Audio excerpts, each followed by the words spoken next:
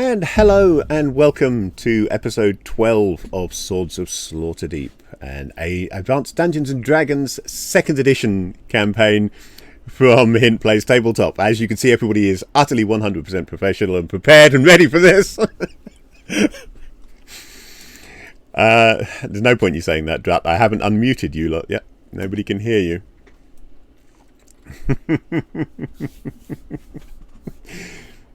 So, thank you, Alexia, for the comment on the theme song. This is obviously the first time that we've had an opening theme. I would like to get a video put together to actually show the characters and who's playing who in future, but I haven't had time to get that done yet. So at the moment, it just plays the music. So what I will do, though, is now unmute everybody else and introduce our players. So, as I introduce you, if you could just say hello to chat and tell them who you are and who you're playing. Let's start on Ipdip. Let's start on my right this time round, and we'll start with Nightbites. I had a feeling you were going to pick on me. Hi, I'm Nightbites, and today I'm playing Carp's Stormsquall, who is a half-elf sea ranger, a ranger of the nautical variety, and native to the local ports, having recently accompanied Lucian and co on their previous, somewhat less than successful adventure down under. Yeah. And that's a good opportunity for me to point out, because I forgot to do it before we started, that three of you, Carps, Shrine, and Lucian, should find that you've had the Waterdeep Law 1 non-weapon proficiency added to your character sheet as a bonus proficiency simply for growing up in Waterdeep. And we will be getting Shrine. We will be getting Shrine to roll that as soon as we start actual play. But carrying on round in a clockwise order, that means that Chrono, it's you next. Hello, I am playing Ondra Starelver, a recent arrival in Waterdeep. I come from the southern nation of Amn, where I have an aspirant glyph scribe, so a speciality priest of Denier, the Faerinian god of languages, communications, and such. So I am a scribe and a linguistics specialist. Lovely, thank you. And Jeddah. Oh god, I need to remember some stuff for the discussion. Hi, I'm Stephanie, I guess. I'm one part of twins sharing the same body but not the same mind, and who's been cursed. That's as much as I can remember right now. Okay. So, the previous session of this, which was a little while ago, unfortunately, due to real-life circumstances, we had Alexia playing Stephen. And somewhere during the conversation that took place after the end of the last session and before the beginning of this session, Stephen became Stephanie. No huge physical alteration, just those subtle little changes that made it obvious that they were dealing now with a female, including obviously a change of voice. So next up, never next do up, Shard Angel. Please never do that. The Monty Python method for dealing with female characters is a way to go, but it's not necessarily a good way to go. So, Shard.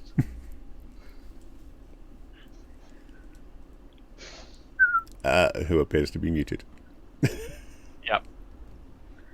Still appears to be muted. Sorry, I was busy laughing, and then I didn't recognize my name, and then I was talking to myself. Totes professional. Okay, so yes, who are you? Are you on my team? I'm playing Knobwobble Sparkle Spout. That name will never not be funny. I'm a 3'2" gnome with obviously shaggy white hair and a beard and mustache. That is obviously real. And I have a familiar that flits around named Jitterbug. It's a hummingbird, and there's a hummingbird feeder that I wear around my belt. It's pretty cool. I've got a lot of tools that jangle off of me too. Okay, so obviously we are saving the best for last. So our final two characters. First up, Robinson. Introduce us to Lucian. Okay, I'm playing Lucian Einhart, who's now a former squire, unemployed, self-proclaimed Furloughed. hero. You know, all the usual stuff that you would expect from the people that are going on grand adventures, just starting out, you know, living in the stables with their beloved horse, who's got a very unfortunate name. What was that again? A very auspicious name. If I remember rightly, it's Lady Fragella of Leapington. That's the one. Yes! That is indeed the name of his horse. Thank you, Yeah. chat, for that beautiful, beautiful decision. And I believe that last session I was approached by our scribe over there. I don't know where he is in relative to me on the stream, so I He's in- can't point. In the But- far bottom corner. So, Diametrically opposite to... who unfortunately reminded me that my master is now dead, and I'm very unemployed and very poor and very in need of a job. To be fair, even if you were employed, you'd still be very poor given your oaths. Yeah, this is true. It's not easy being a cavalier. So, last but definitely not least, Druttercup. Just, after all the chaos of everybody else, let me just get into the world weariness that is Shrine Ort. A young half-elf, Waterdavian by birth, who grew up following her dad around the sewers of Waterdeep, because that was his job, keeping it clean. A more dangerous occupation than in many places. She is a fighter by trade, mostly. She's also, however, a dab hand at moving quietly through dark places, escalating steep surfaces, and accessing areas that the owners might think were secured. And that's previously how she has been living. Since meeting Carps and Lucian, she largely took it upon herself to keep them alive, since certainly Lucian appears to be lacking in any form of self-preservation. Yes. Anyone who jumps into the sea wearing metal armor clearly is lacking certainly something. Especially when they don't have the swimming proficiency. Maybe he thought that he had, the emergency blow-up things, so when he jumped in, he was going to pull a cord and it just hold him afloat. I mean, But in the event of a water landing, his armor can be used as a flotation device. Right, yeah. exactly. Well, Invent that. self-sacrifice To paraphrase and it. heroes is kind of, one and the same, not much Yeah. different. Let me just briefly I mean- go completely into character. Hey, if Nob has ever told this story, he will totally work on. They will totally work on making this happen. I can well believe it. Yeah. So those the are floating our armor when we characters. Make it drown. Tried to punch a shark. Although you can't see them clearly at the moment, hopefully we will be able to see them a little bit later in the campaign.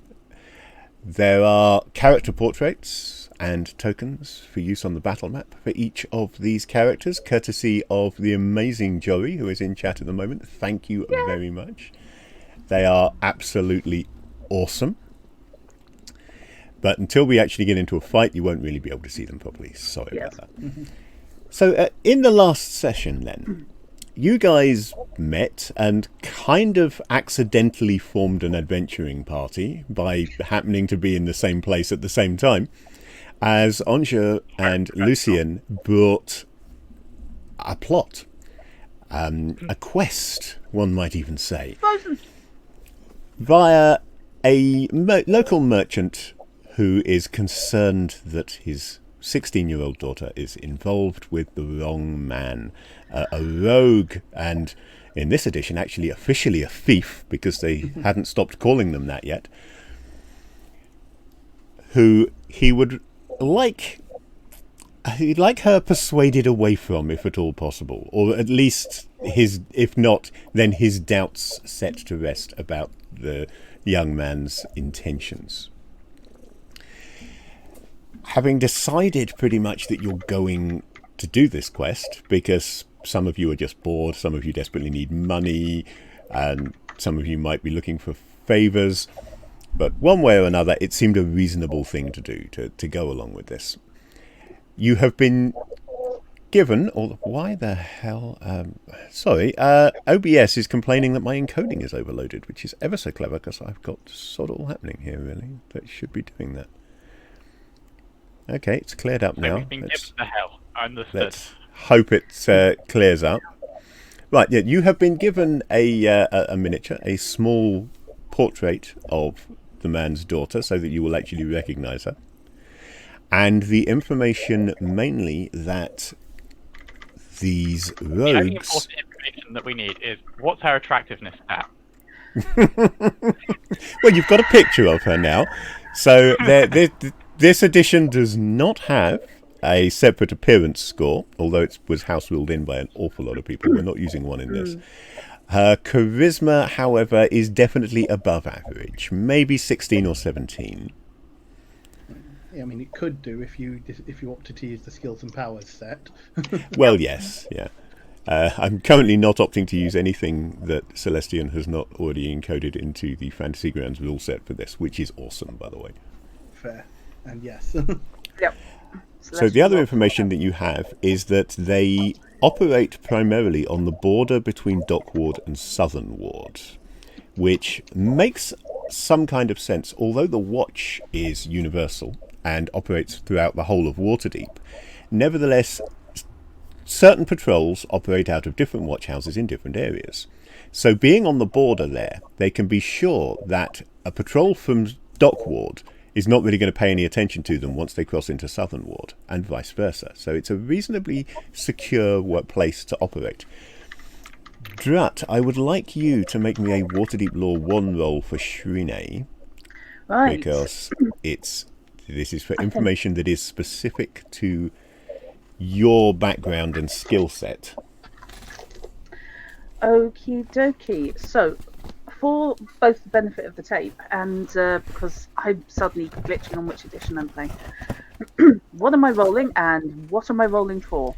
Right, if you D20. look on your character sheet's skills tab, you will find your non-weapon proficiencies. I have. That is up. Waterdeep Law 1 is, I believe, an intelligence roll. Yep. So I need me find 14 that. or less. So, yeah, it's an intelligence roll at +1, so you need 14 or less on a 20-sided die. You can either roll that in Fantasy Grounds, or you can use a real honest-to-God D20. I don't mind. Fantasy Grounds I just don't trust at this stage. The rest of it's fine. The die roller hates me. The die roller I think hates the everybody. Die roller hates us all equally. It's an equal opportunity to die roller. It hates us all. Yep. Likes to spread the pain around. So basically, we just need Drut to carry the whole team while the rest of us fail using the online die roller. That would not surprise me if that happened. Not in the slightest. Okay, that's a 10. Right, excellent. Made it by 4. So, in the information that you got, there was a specific reference to a tavern by the name of the Thirsty Throat, which you have heard of. It lies on the corner of the Way of the Dragon with Candle Alley and Slut Street, and is I didn't make these names. I'm just reading them off the map. Sorry. And is known as being both a dangerous place to be and also a hive of scum and villainy, essentially. Excellent. Decent folk shouldn't go there, because either they won't come back out again, or when they do, they won't have any money left. and possibly might be missing some limbs as well. It's generally one of those places. The watch should have shut it down years ago, but somehow it stays open. It's the kind of dive that even you have been avoiding. Yeah, Shrine actually doesn't do much in the way of the really bad dives. I think she's met them, she's looked at them and decided that some things just are more dangerous than... Yeah, I was assuming that this was the sort of place that Shrine would not want to be. Yeah. Now, at this point, I think I'm going to swap us over from this narrative OBS screen, which has far too much of me in it, to the one for general play. And there we go. There should now be a lot less of me for people to be forced to look at. People like looking at you. No, I don't understand it either.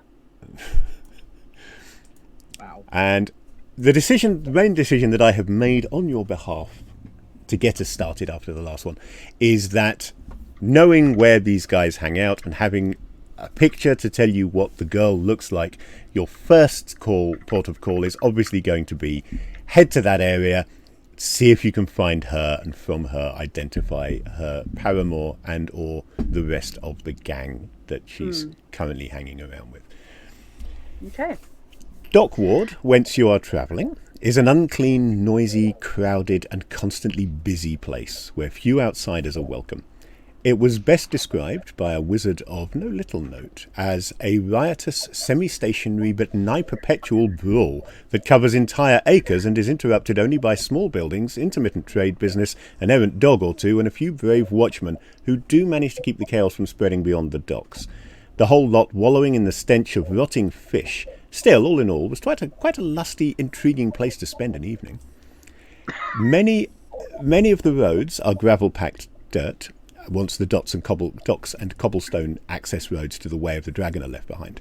The dark, mud-strewn alleys are endless in Dockward, and they hide many dangers despite the alertness of Waterdeep's defenders. Despite being the oldest settled area of Waterdeep, Dockward consists of many wooden structures, all built upon each other with a few stone buildings to provide structural support for the rest. While people worked and lived here for 1,000 years before Agaren's rule, few buildings last for more than 30 years.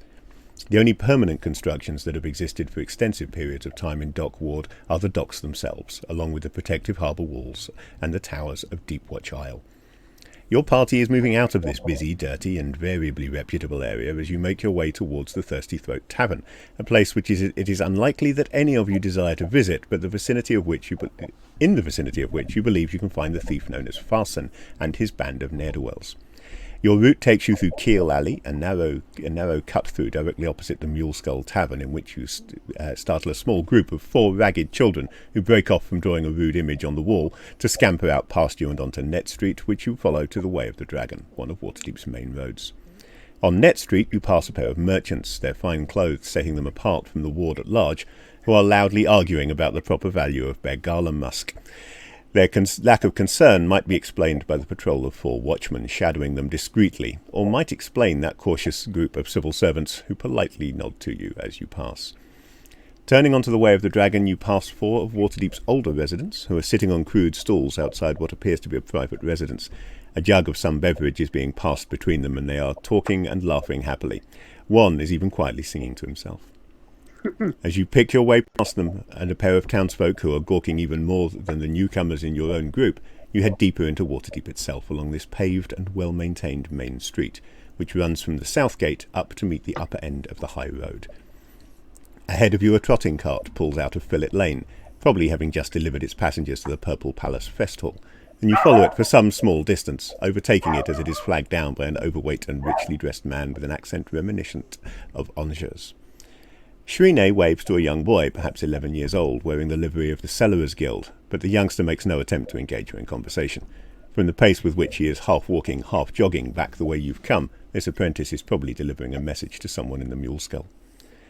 As you approach the intersection where the Thirsty Throat stands, nestling between Candle Alley and Slut Street, opposite where Bryan Street opens into the way, forming from the parallel high road, your party slows to assess the scene. The 2 carpenters, toting a heavy sling of wooden planks between them, you dismiss as they are intent on their journey south, But up ahead you can see two shifty-looking individuals lurking by the entrance to Slut Street. They break off their quiet conversation to warily observe as an ox-drawn cart rumbles past them, and then tuck their heads closer together to continue their business. Coming up the way behind you are three bearers, each carrying a large cloth bundle on one shoulder, while a slim young woman in the livery of the Shipwrights Guild veers sharply away from Slut Street at the sight of the men there, clearly replotting her route and heading past you towards Fillet Lane. On the corner of Bryan Street, a pair of children, one of each gender, are playing with a wooden hoop, while a nondescript-looking young man ambles slowly southwards, hands thrust into his cheap doublet and his mind apparently anywhere but here. I hope that's given you a bit of a sense for Waterdeep. Oh, yes. And your current location. On the map, Charming place. the Thirsty Throat is... There are three locations that I've indicated with a token. The Thirsty Throat is the one that isn't blue. I haven't got the map, actually. Hang on. You have not There's got the map up? two that are in blue. I think it's Yes, 274. the one that isn't blue is It's Oh. the 274, Thirsty right? Throat. Oh, hello. It's Number 274. yes, 274. Yeah. Let me. I was trying to follow your directions around the street, reading all the names as you were talking, and I could not keep up. Yeah. I've tried having him read maps normally. When we reached the main street, it was rather easy. Yeah. Once you get to the Way of the Dragon, it's relatively simple. Yeah. Yes, it's You a have straight to line dodge up all and the down. guys doing kung fu. Yes, you probably do. My brother attends a kung fu group called Little Dragons. I don't see Oh. what that has to do with Waterdeep. Well, that's obviously the junior watch group. You They're the ones who get the tours of the watch house. Right. Come away with little badges. You mentioned a couple of carpenters going about their daily business. Did they actually look like carpenters? Says the carpenter. But how does a captain look? Well, he'd know. Or did they look just as dodgy as every other bugger on No, the street? they looked actually like carpenters. You're Okay. onto a main street here, which, although it is in between Dock Ward, which is very disreputable, and Southern Ward, which is somewhat disreputable, is nevertheless a busy thoroughfare. So all sorts of people can be found on the Way of the Dragon. Many of them travelling on business from point A to point B, with the desperate intention of getting back to point A as fast as they possibly can. In terms of this map, can I assume that the Way of the Dragon is a street that's basically 4 buildings width wide? I would say closer to 3, but yes, it is a wide thoroughfare.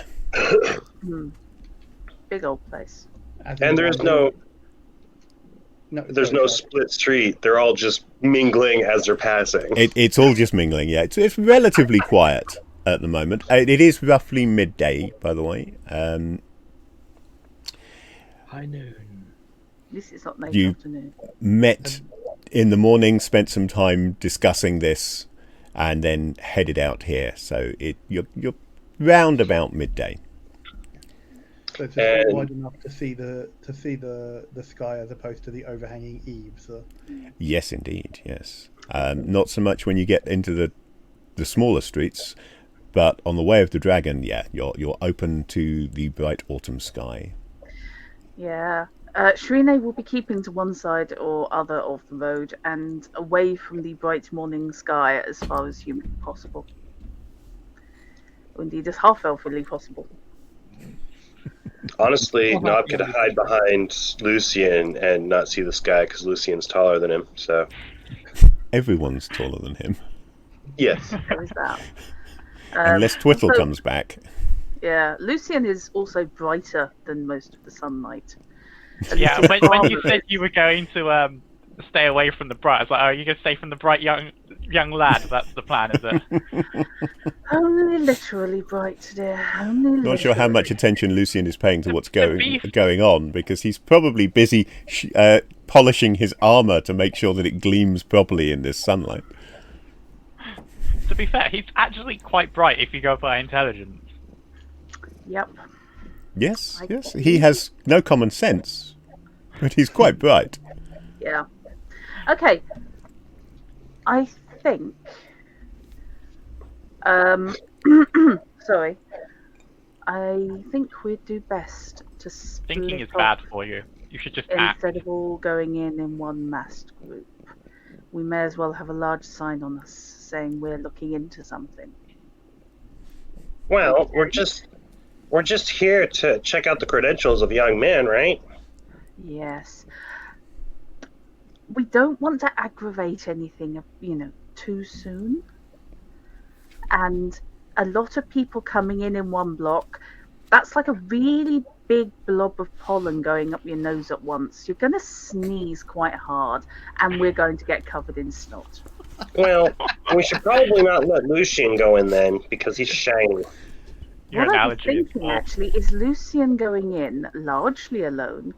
We can observe who's watching Lucian and who watches with hostile intent, and that will give us an idea of who the people are to be worried about. Okay.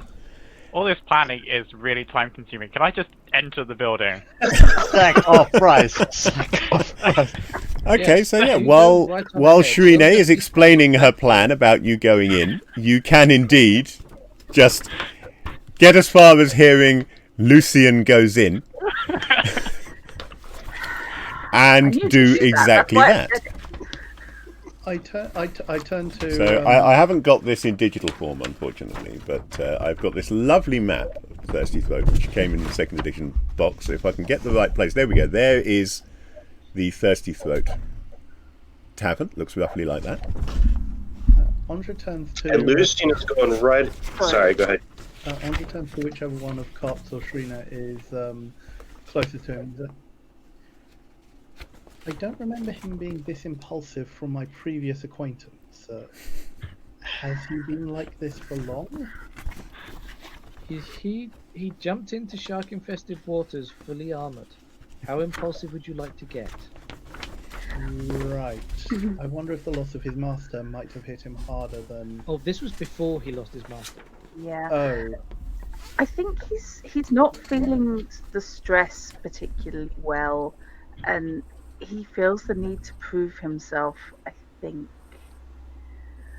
Either way, we'd probably better keep him alive. He's fine when things actually start fighting him, but he's rotten at spatial awareness. I'll make sure that I have the necessary herbs on hand then.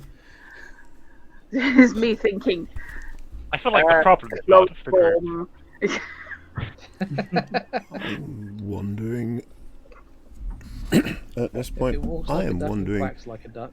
Ah, there That it one is. kid on the school trip that had the teacher specifically watching over them. So about that, I was just trying to find the sync client view on Do you Yeah. Fantasy know Grounds. if I you knew have it existed, any but I next of couldn't find it. kin? Sorry, who? The Does Lucian have any next of kin that you're aware of?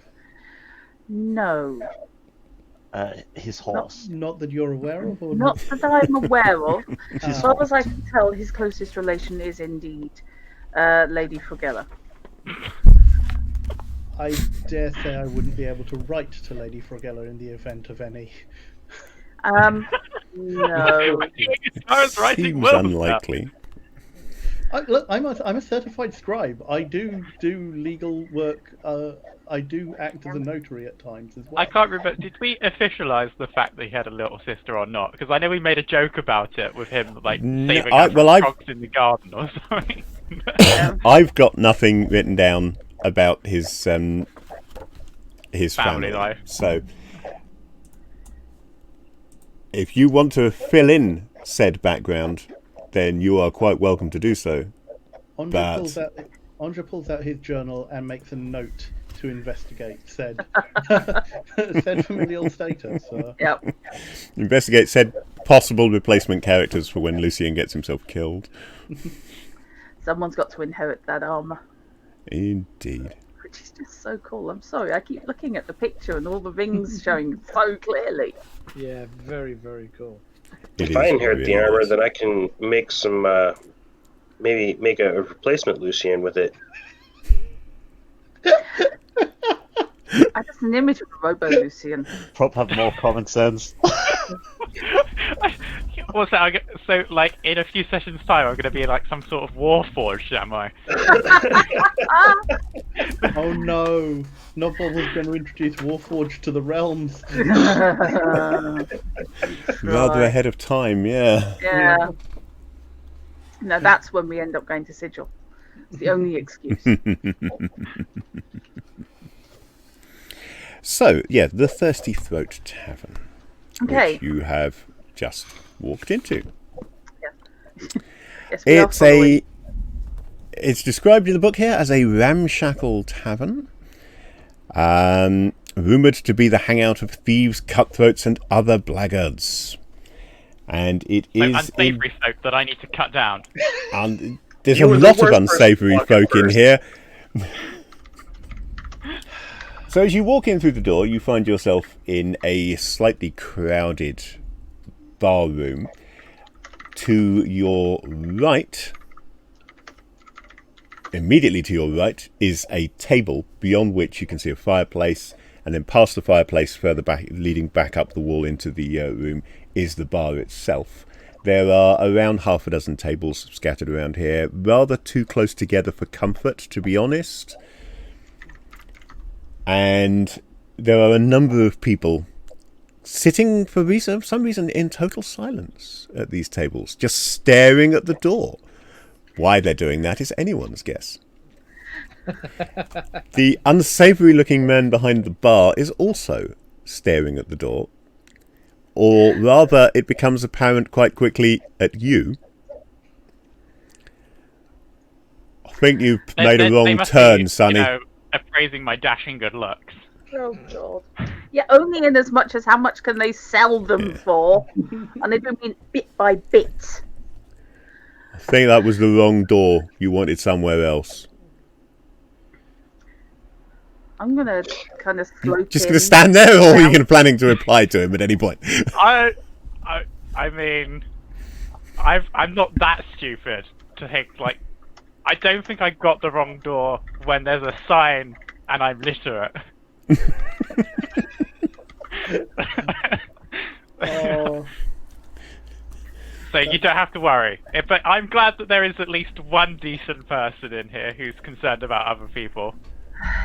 Well, if that was the door you meant to go through, then you meant to go through the wrong door, Sonny. You're not welcome here. Go on, up it. But I didn't listen to the rest of the plan, so I'm not really sure what I'm supposed to do. Shrine is unobtrusively moving around to the left from the door on the grounds that everyone's looking at Lucian with hatred and fear in their eyes. That's a similar direction to where Carps is going. Yeah. I'm just nowhere near him. I'm just kind of drifting around so I can get a view on who's actually paying Lucian any attention and who's fingering knives. Okay. Stephanie pushes Lucian a little more further into the inn or tavern. Right. I think, Shrine, you don't have the alertness proficiency, do you? I have a feeling I don't. Hang on. That's a weapon proficiency, isn't it? It's a non-weapon proficiency. Or is it a non-weapon proficiency? Yeah. No, I have blind fighting, which might prove useful Okay. soon. In that case, I'd like you to make a roll against half of your wisdom with a +1 modifier. Oh, now you're asking. Right, okay. And her wisdom is... Oh, crap. So I need, in this case, 6 or less with the +1.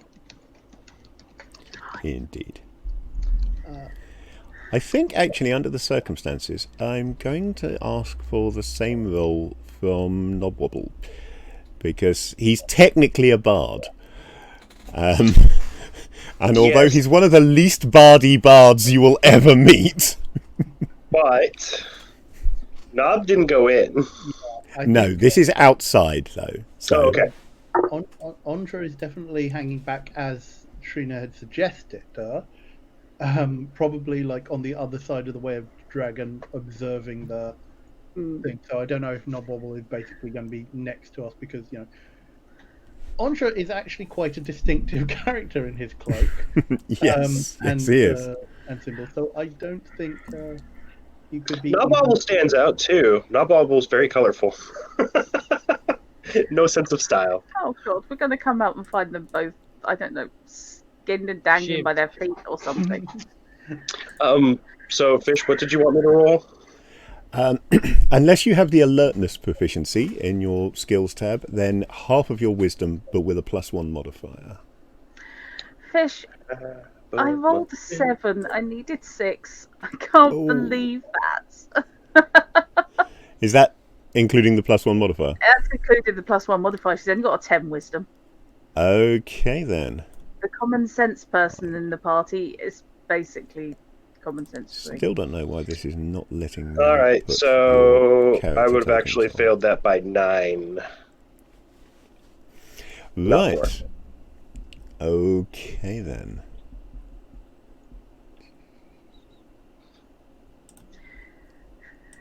I'm rewriting Danger Mouse for Lucian Let's now. see if I can put the tokens on if I do it from here. Yes, now if I do that, I can put I tokens had an on. idea, but I think it might completely destroy the plot for a bit, so I will avoid So, doing that. let's put a Lucian token in the Thirsty Throat.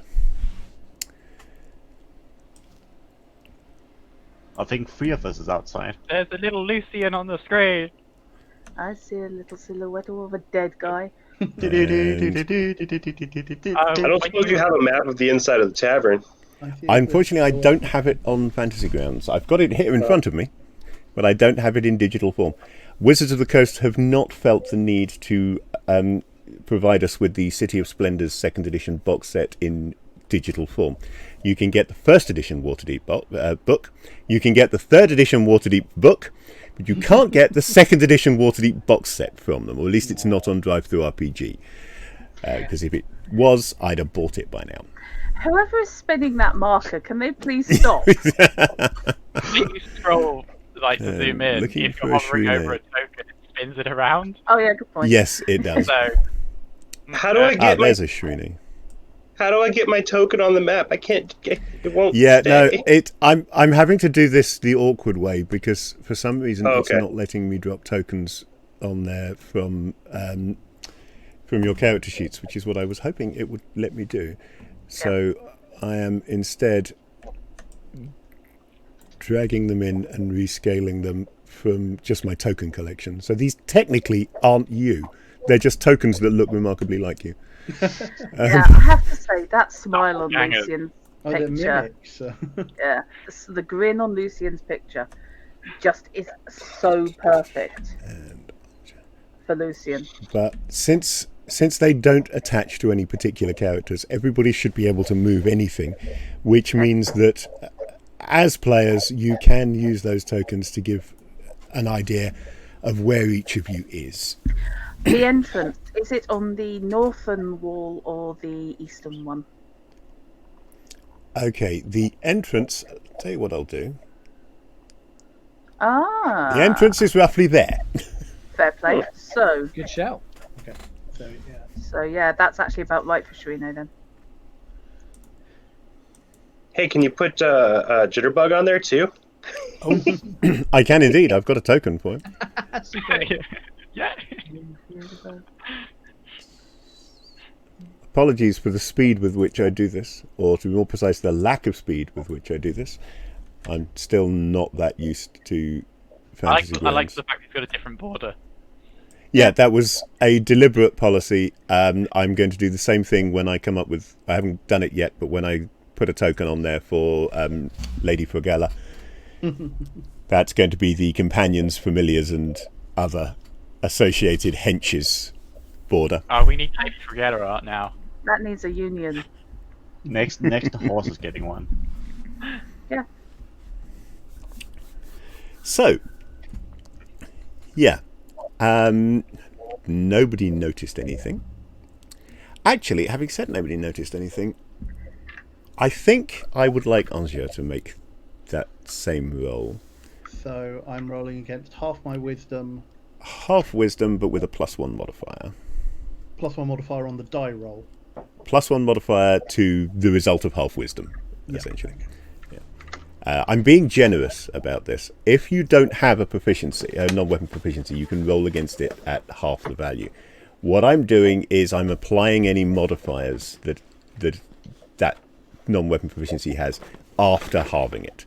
So normally it would be wisdom +1, in this case half wisdom +1, rather than half of wisdom +1, which is just Right, okay. slightly pissy. Half wisdom +1 would be 9. No, that's still a fail by 6. Okay. So, inside the inn, Am I then. the highest wisdom character? Probably. You are the cleric. Cleric, I'd hope so. Yeah. What's your wisdom? 16. You kicked me into touch. Yeah, it beats me by 2. Beat me by 2. Yep, you are indeed the highest wisdom All these character. people making smart decisions.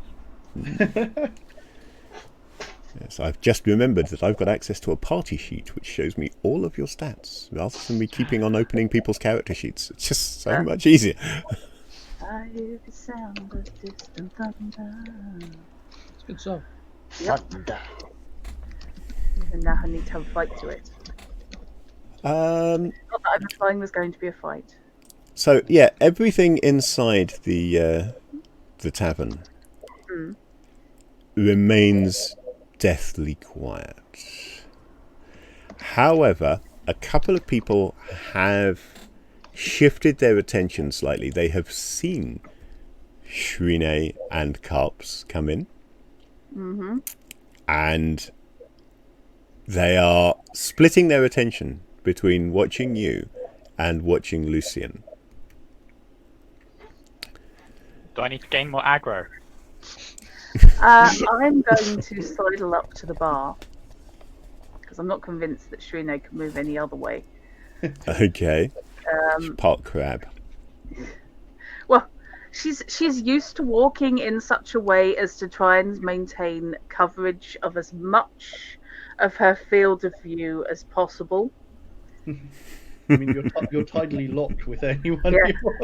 She's kind of got that whole head down slightly fish, you know, the one that broadens your field of vision. Yeah, huh? It's one of the most useful things I learned in martial arts. It is a fascinating thing to learn, isn't it? The fact that you do have a wider field of vision under those circumstances. It's a bit weird, look but down it like works. that, you can see further around you. So she's got the head slightly down, which means she's not making eye contact. And she's going to sidle up to the barman, produce the miniature. We've got copies, haven't we? You've got. I mean, you haven't spent time making any copies. You've literally just got a miniature that this guy had of his daughter. Yeah. Oh God, Lucian's got that. He hasn't been wandering around, having copies made. Right. But we did all get a look at it, so we know what she looks like. Yeah, you've all looked at it. It is in the hands of, and I will allow Chrono to make this decision. It is in the hands either of Anja, who would originally have been given it, or Lucian, who is Lucian. Well, especially given that Lucian didn't listen to the plan, Anja still has it. Okay. That ruins one of my ideas. So the miniature is still outside the inn. Yeah. That was literally what I was going to do next. No. I just have this image of Lucian making really poor sketch copies of it and just pinning them to doors and lampposts around the city, saying, "Have you seen this girl?" Yeah, I don't think I have artistic capability, but I don't think Lucian would have been able to persuade me to do that. My art. So Shrine, you have approached the bar, I'll go but with without Andy. the picture. I have artistic ability, yes. But I have seen the picture, yeah? You have seen it, yeah. Yes. And I will tell you now, she is not in this room. You would have noticed. If you'd walked in and she was sat there, I'd have told you. I'd probably gathered you would. I mean, there are some GMs who wouldn't unless I asked. Yeah, But, I have seen people who would require a perception check to notice a person sitting in the open, not hiding in a room. Look, mate. He's going to stand there and be shiny and noisy. And probably break some furniture. However, we can make him go away quietly. We can make him go away. I know, but really, do you want all that kerfuffle? My clientele don't care for quiet.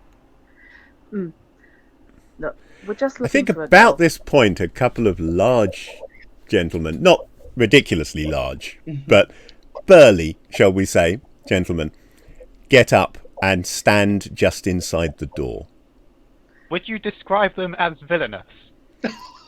I would describe everybody in here as villainous, probably Right, including excellent. Shrine I'm and drawing my Carps. sword. Oh, hang on. They We're are not going to standing in the way of my actually do justice. this. Lucian has lived in Waterdeep. Yes. Lucian apparently lived in a small bottle in Waterdeep. Lucian spent most of his time in the noble quarters of Waterdeep because he was squire from an early age to a knight who was a nobleman and served with a noble family. So wouldn't have been these in a parts place of like Waterdeep are out of his experience, but he has heard of them.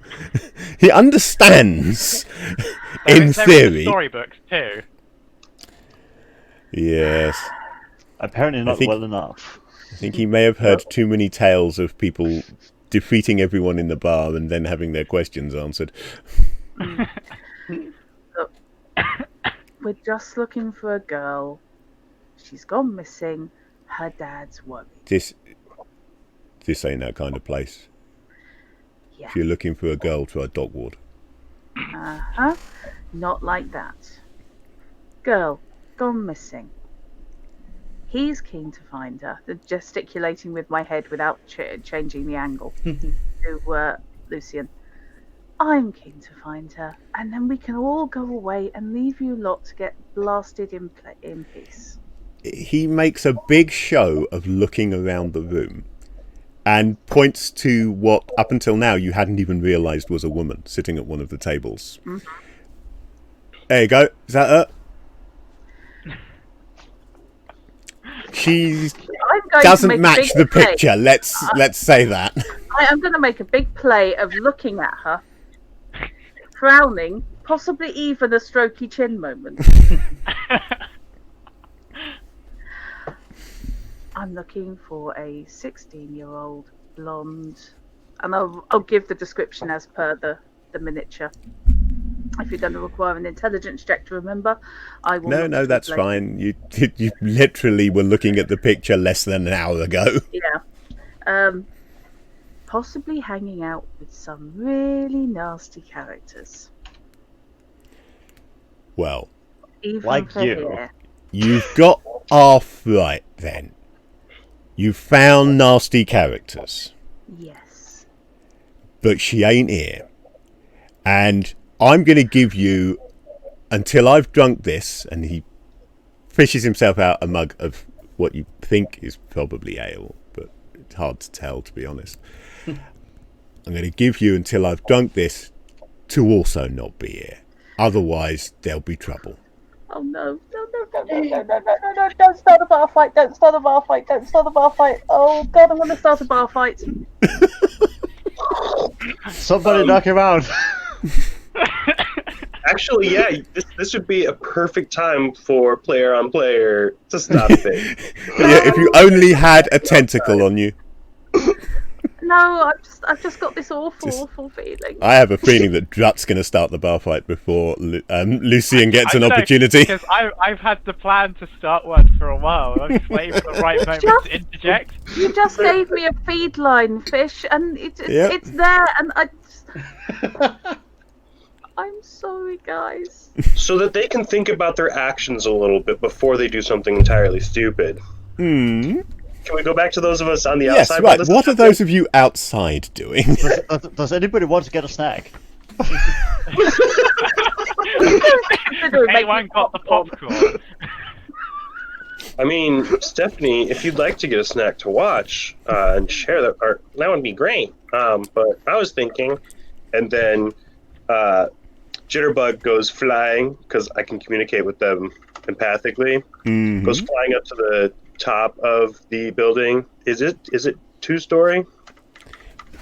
It is at least 2 stories, I believe. 2. Yeah, 2 stories. It may have an attic, you can't tell from here, but it's certainly got 2 stories. So basically, I'm sending Jitterbug to go around looking into the windows, looking for a person that matches the picture that, or the description of the girl. Okay. The way that familiars work in 2nd edition, this is perfectly within your capability. The familiar cannot speak. Right. Not even it's empathic rather than telepathic, so it can't report back, "I've found her." What it could do, of course, is if it finds the person that you're looking for, you can get that sensation of that sense of achievement. Maybe I figured it the would feeling of it found something that I was looking for would feel like my heart having hummingbird wings. Oh no, I'm having a panic. Oh no, that's just.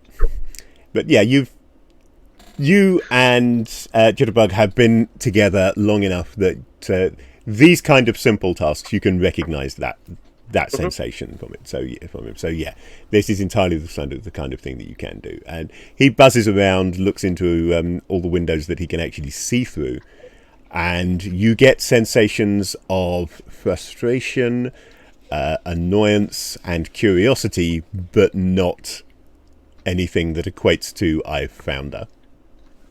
The curiosity one, I'll let Jitterbug go ahead and hang around where he was being curious. Okay. Well, I don't think that at least Jitterbug didn't see anything through the windows, guys. The girl might not be here. I could climb up there and break into a window myself. Probably best that we don't antagonize the proprietor. Oh dear. I'm sure that our companions probably have this under control. We have yet to see anything untoward. I'm starting to feel guilty. I mean, they did seem to be very well-rounded persons. I only just met them a couple of days ago. Indeed, and they obviously know this city better than obviously I do. Yeah. Yeah. Yep. Hey, has Stephanie returned with snacks yet?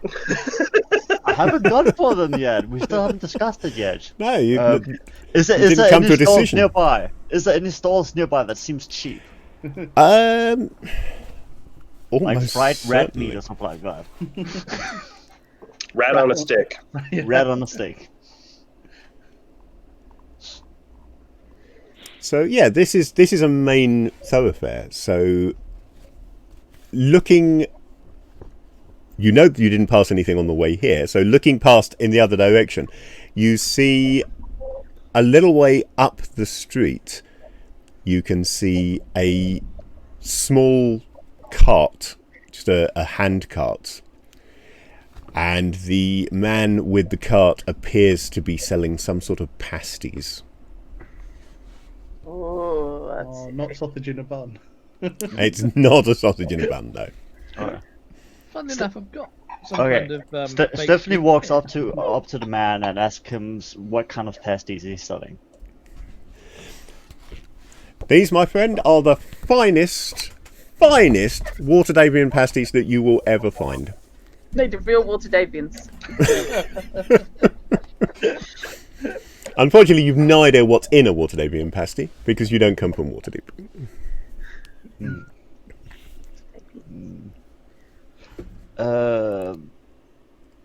I think Stephanie's gonna buy 4 Waterdeep pasties. One for Hunter, one for Nobwobble, one for Stephanie. Actually, no, at 5 because one for Stefan too. For keep to later, and then one for Carps because Carps not from Okay. Waterdeep, if I remember right. So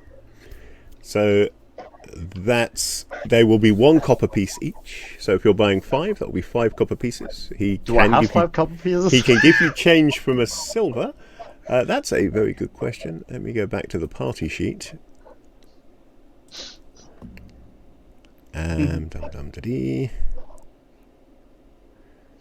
Right, I appeared not to have given Stephen and Stephanie any money. So I'm going to say, Okay. for the moment, I'm just going to say, yes, you have. Okay, I was about to say time to steal some, but okay. What if Steven is the one that has the money and Stephanie doesn't? That well, would they make sense because this Stephanie is the responsible one of the They- two. I have so little money. Technically, they share their funds because they are physically one person. Yeah, Maybe the it's pockets are the same. Although, But you know, what if it's those entirely pockets possible is- that you've got Stephen's voice in the back of your head commenting on whether you should be buying these pasties or not. That's entirely up to Alexia.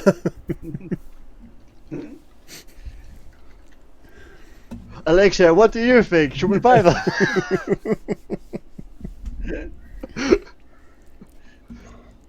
Okay, yep. Hell yeah! Okay, yeah, so you can come back with 5 pasties. Yeah. Stephanie decides to ask the seller of what was it, Water Damians or whatever. they were called? Waterdavian pasties. Waterdavian is the term for things that belong to Waterdeep. So it's like Okay. it's the Waterdeep equivalent of, say, English. Yeah. She asks if the man who sells them has seen the girl that we're looking for, basically. Just some general description, kind of. Okay, there is a chance. So let me just roll this. We could just case the place and talk to people and ask questions You know- instead of murdering people in a tavern. Why are you assuming we're going Since to you buy are them? such a good customer, I did sell a pasty to a girl matching that description not an hour ago. She was with a tallish fellow, and they met with a group of friends and headed down the street to Smith's over there. Stephanie Meanwhile, takes that information, does nothing with it, and goes back to the other skip the pasties. okay. Meanwhile, back in the tavern. But a moment has passed since you were given until he finished his drink to get out.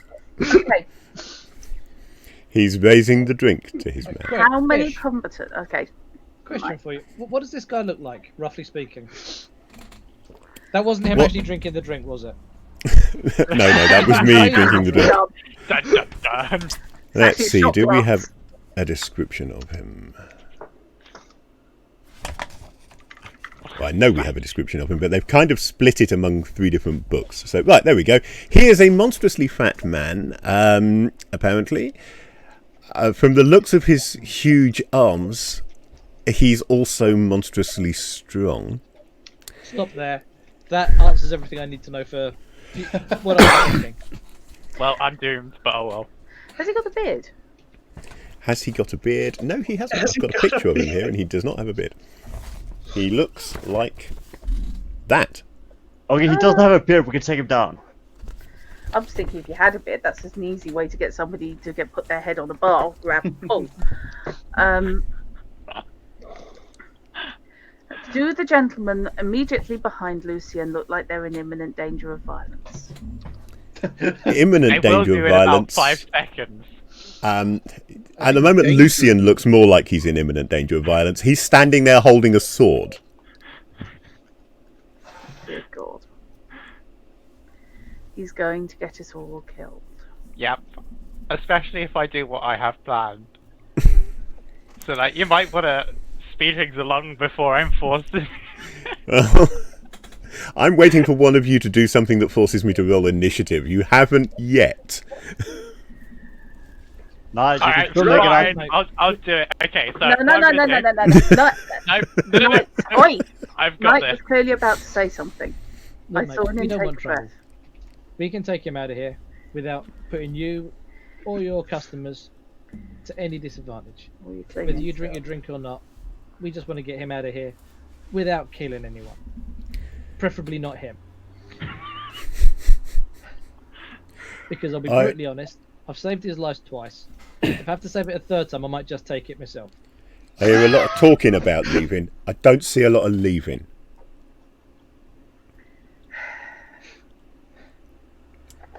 Nine, you can still make it outside the pasties. Alright, Shiny, get your ass out of here. Uh, Right across the bar. Wait. Oh, I'm shiny. You're shiny, yes. I just wanna be He didn't say Shine. No. Yeah, you see, shiny, Shrine, that's an easy mistake to make. Yeah. Not one you So tend to I'm make supposed twice. to walk through two different people here, right? Well, They won't stop you leaving. If you turn to face the door, they will step aside, but you have not yet indicated that you're doing such a thing.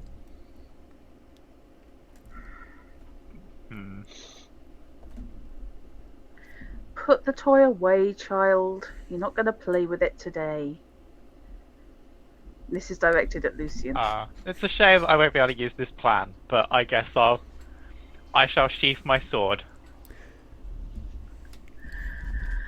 But I'm not going to leave just yet. I'm just putting the sword away. Are you putting the sword away in the guy? Don't Yes, encourage I shall him. use his corpse. No. I'll also turn to face the door, though. Okay, yeah, It's a sign of goodwill. Wait, are you stopping a guy? the two guys at the door look across to the bar and then step aside. So, they're still stood there, but there is now a path clear between them through the door. What a cowardly bunch of people. And now that you're looking at them, you can see that each of them is not actually hiding, but slightly surreptitiously holding a cudgel. It's just hanging loosely along the side of their leg, where it's ready for them to raise and use it very quickly. But it's not. If I didn't They're have not bigger obviously fish to fight, I brandishing would it. just cut down everyone here. But there is a damsel in distress, so priorities need to be arranged.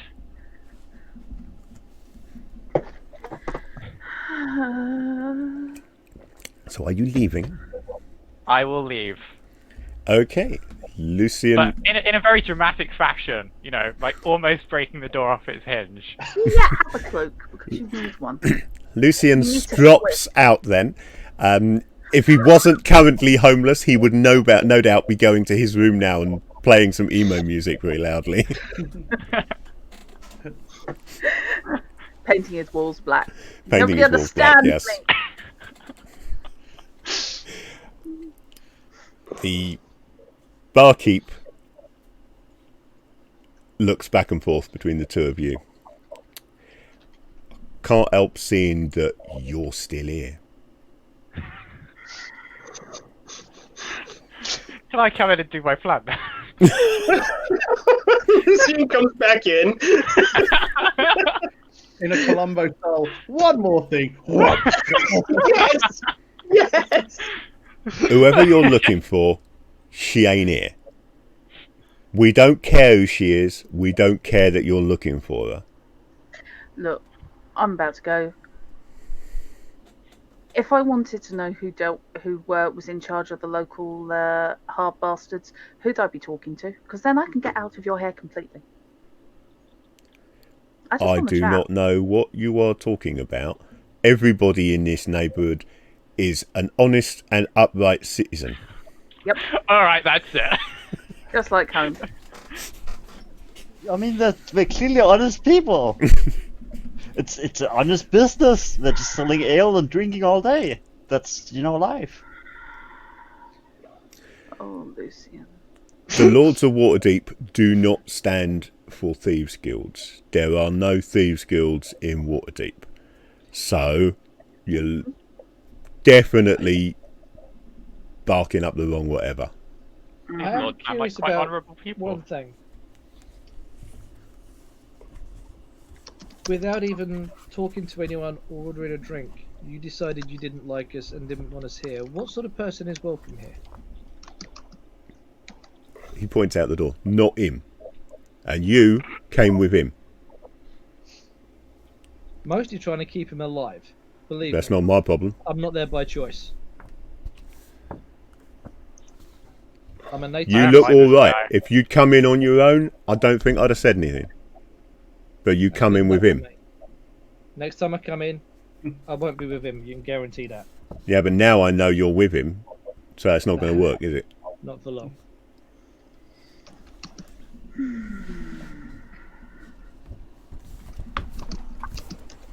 Should ask for beer. No point, he wouldn't serve me. That you don't know yet. This man clearly puts the style of clientele above the need to make money. He wouldn't serve me. Apparently, we're messing with his ambience. Absolutely. That's the word I was looking for. Thank you. Is it a change of pronunciation? This place has standards to live down to. I am, while Carps is addressing the bartender, I'm turning my back and doing the 2 elbows on the bar behind me and looking around the room. Okay. Dismissing the obvious leg breakers Mm-hmm. and plebby locals who come here because they live next door and can't be asked to go anywhere else. Yes. So, you're not sure there are any of those? Yeah. Is there anyone who looks a bit sharper? A little bit more observant? There is. They have information. There is something of a mix in here. Mm-hmm. If you want to know whether anyone here, because so there are some people who are still watching this. There are some people who are now ignoring you and just carrying on with whatever their own business is, and there are even a couple of people who just are focused entirely on their drinks and not looking at anybody. If you want a better idea of who here might be more useful to you, your best bet is probably to try Thieves' Cant. By which I do not mean, saying the sparrow flies south in winter or something, but simply there are non-verbal Thieves' Cant indicators that would let people know that you are of that persuasion, and somebody might respond to that. Your best bet would be to make a sign and see if anyone follows you out. You do know I don't have Thieves' Cant. You are a thief in AD&D 2nd edition. It is a class feature. Oh, it's a class feature. Okay. Yeah. Sorry, it's actually been a while since I did. Can't Drut just walk through the crowd, pickpocketing their wallets and looking at their names? No. With her pickpocket skill, probably not. So, well, I have to sit here and go, there's a bloke right now terrorising under town. It's thought that he's a gentleman or tough, man or tough. I mean, Nob actually has pretty cool idea that actually none knows Stephanie owns her or Nob yet. So if you leave, we can send Nob in. Yeah, the two people most likely to be able to get away to look like they fitted in there are the two who went in with Lucian in the first place and blew the whole gap. Thank you. Yeah, Fish, I am indeed going to attempt, because I had forgotten that was a that is. It is just a for a some class reason feature. I thought it was a language, and since I didn't have it, I dismissed it. I'm going to attempt to use the secret hand sign of the dodgy person. I don't know. Okay, you can make.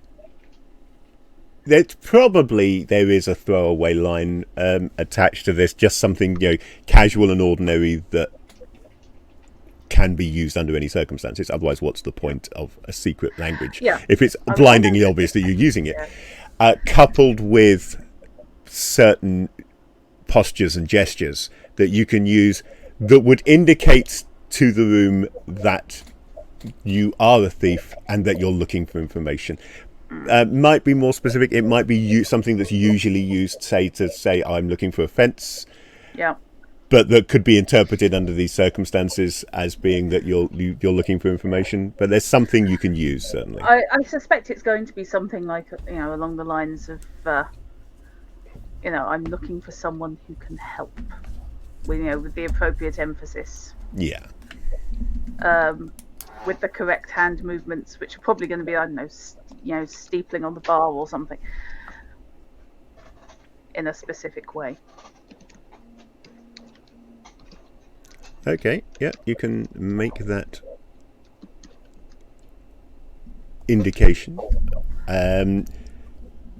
But you would be advised to make that and leave, rather than hang around where you're not welcome. Yeah, that will be Yeah. my last thing before I indicate that. Especially Carl since morally. while you're unwelcome in here, anybody No who one's is gonna- yeah. in a position and willing to help you isn't going to approach you in front of these guys. I'm going to do that then, and then I'm going to say, Carps, let's get out of here. We're getting nothing here. And indicate he leave before me. I shall head out first. I'll walk out casually behind him, but I will do that whole, that casual end up walking in a circle on the way out, just to make sure that nobody's sneaking up behind us with enterprising thoughts in mind. Okay, make me another half wisdom +1. Come on. Let's use the pink die. Oh, the pink die just rolled a 4 and made it by 2. Nice. Oh, like pink die. Pink die, you can stay.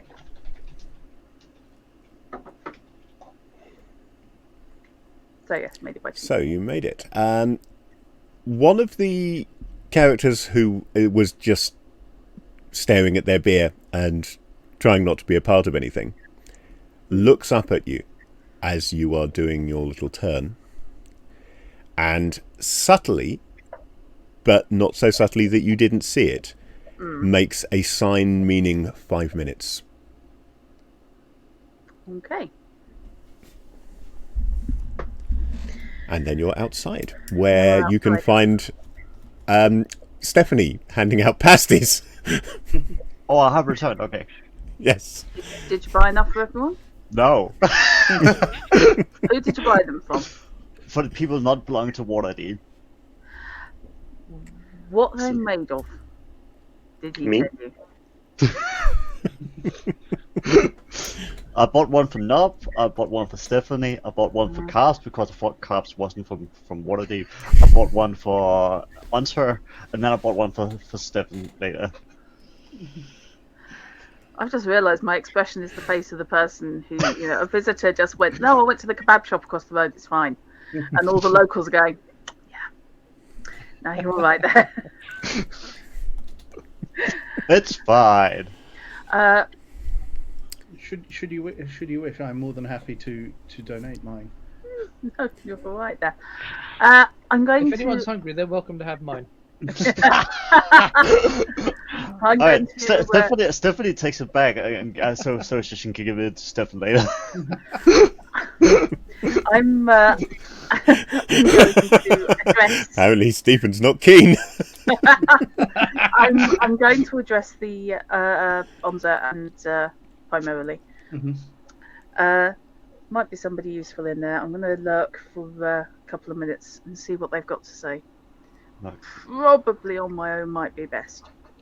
Certainly. Do you require the image? Yeah, I do. Okay. That would be appreciated. It's vexing that I'm not familiar with the underworld, so that I can go and find her myself. Somehow I don't think familiarity is Lucian's biggest issue here. Look, stay together and don't wander off too far. As you're having this conversation, this time I would like everybody to make a roll against half wisdom +1, because I don't think anybody has the alertness. How do we do this? Okay, so it gets a little bit awkward because it's using half. So the best thing is just to roll a d20 and then look at what half your wisdom is. But you can theoretically do it by simply applying appropriate modifiers. Pass by 6. I think this is a d20. Yes, it's a d20, and you're looking to get equal to or half your wisdom +1. Alright. Half my wisdom +1 is 8. Oh no, half your wisdom, isn't it, Fish? It's half wisdom +1. This is It is, okay. Fine. again So alert. half What I wisdom should +1 probably is do. 8. What I should probably do is give everybody the alertness proficiency and then penalise the people who penalise you for not actually having it, so that it's got the right value on it. But I didn't think to do that in advance. So meeting the number is a success, correct? Yes. Yeah, you're looking, in you're looking fact, for the that's number or lower. effectively the equivalent of a crit in this system. Really? Rolling exactly what you need is a superior success. That's the cool way of doing I it. would have failed even if I had full wisdom. I'm off. Yeah, I think Shrine is obviously preoccupied and didn't get it. So, anybody who makes it, Carp still needs to roll, but he's AFK for a second. I will No, just Carp's failed. So I thought I said, but I think I might have muted my mic before I said it. Carp's failed. Yeah. Oh, So- Just Nob and Ondra then. yeah, anybody who makes it, you notice something interesting. You really notice two things, and the one thing leads to the other. The first thing that you notice is that the little girl playing at the entrance to Bryan Street is paying rather more attention than you would expect to you guys. The second thing that leads immediately on from that is that it's actually not a little girl after all, but a halfling. I've done the Not halfling someone that pretending would to be a kid thing before. It's really quite useful. It is, if you are a halfling, it is an excellent way of not attracting attention. Okay, so with my back, I turn so that I'm facing Shrine. Carefully. And then pitch my voice low. Mm-hmm.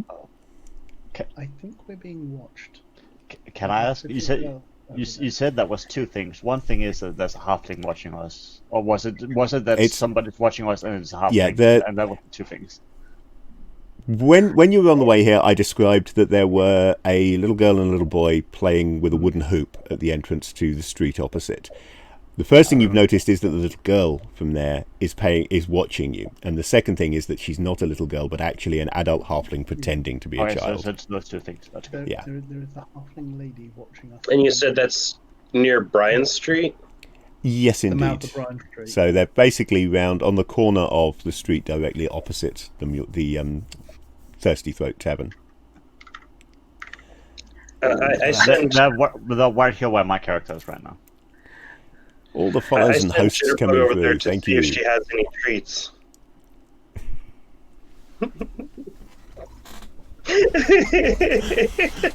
Ondra then attempts to act nonchalantly by looking at his pasty and examining it. Where was Shrine again? Was Shrine inside again? No, No, Shrine we're all No, outside. no, not yet. But Shrine had went away from the group, right? Not No, yet. she's about Trina to. was about Oh. to, but hasn't actually gone yet. Onza just pointed out the little girl to me, so I'm going to covertly look at the little girl. Okay, you see, yeah, looking, out of the corner of your eye in that classic thiefy way that you've got, you very quickly realise that, yeah, this is an adult female halfling, dressed and behaving like a child, and in the company of a genuine young boy to round out the disguise.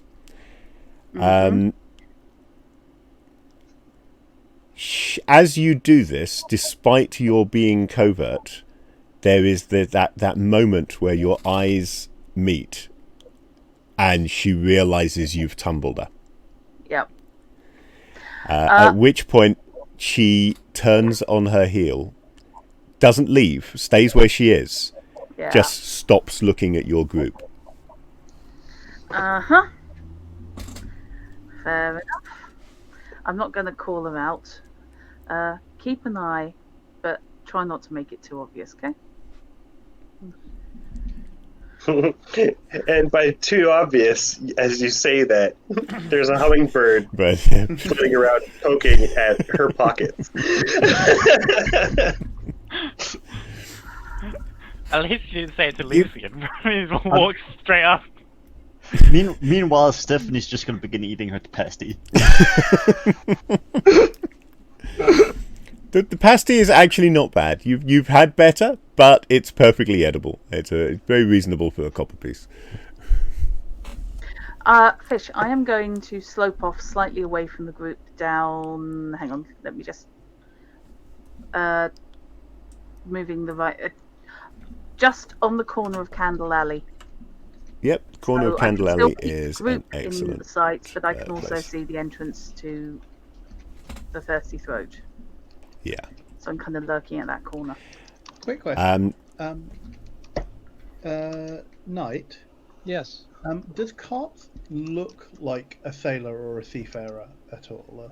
He makes no attempt not to, so quite probably yes. Right, okay. So, like, at this point, like, Andrea kind of wants to keep up the impression of just a group of friends having an idle conversation, almost, to not Alright. draw too much attention. Turns to Cups. It's like, apologies for the for any boreness, but by your garb, I take it you are a sailor, or I have am. been. Travelled far? Far enough. Ship's carpenter. I go where the ship goes. I fix it when it breaks. Ah, you've seen many lands then, or mostly up and down the Sword Coast? Mostly up and down the coast. Small trade runs. The odd, singular, unpleasant trip that I met Lucian and Shrine on, and perhaps the odd encounter with aggressive traders. I switched to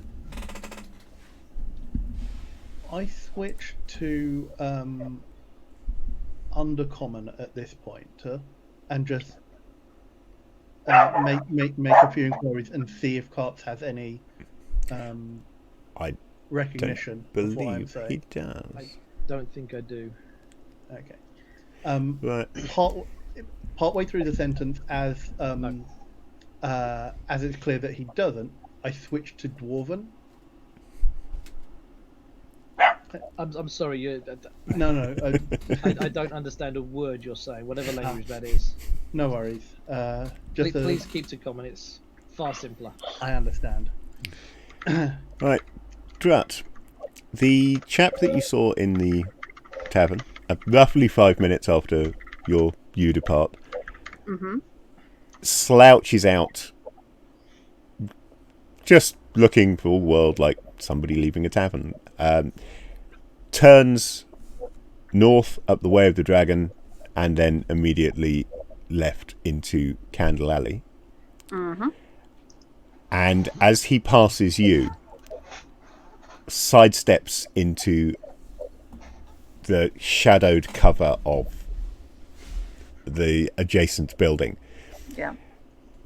You've seen this kind of maneuver before. He is very obviously hiding himself from the road and the tavern, so no one will see him talking to you.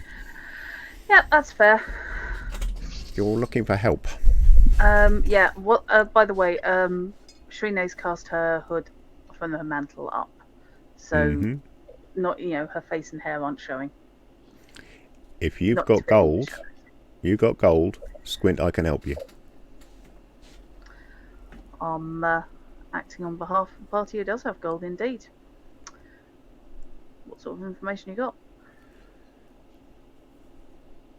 You said you was looking for a girl? Missing person.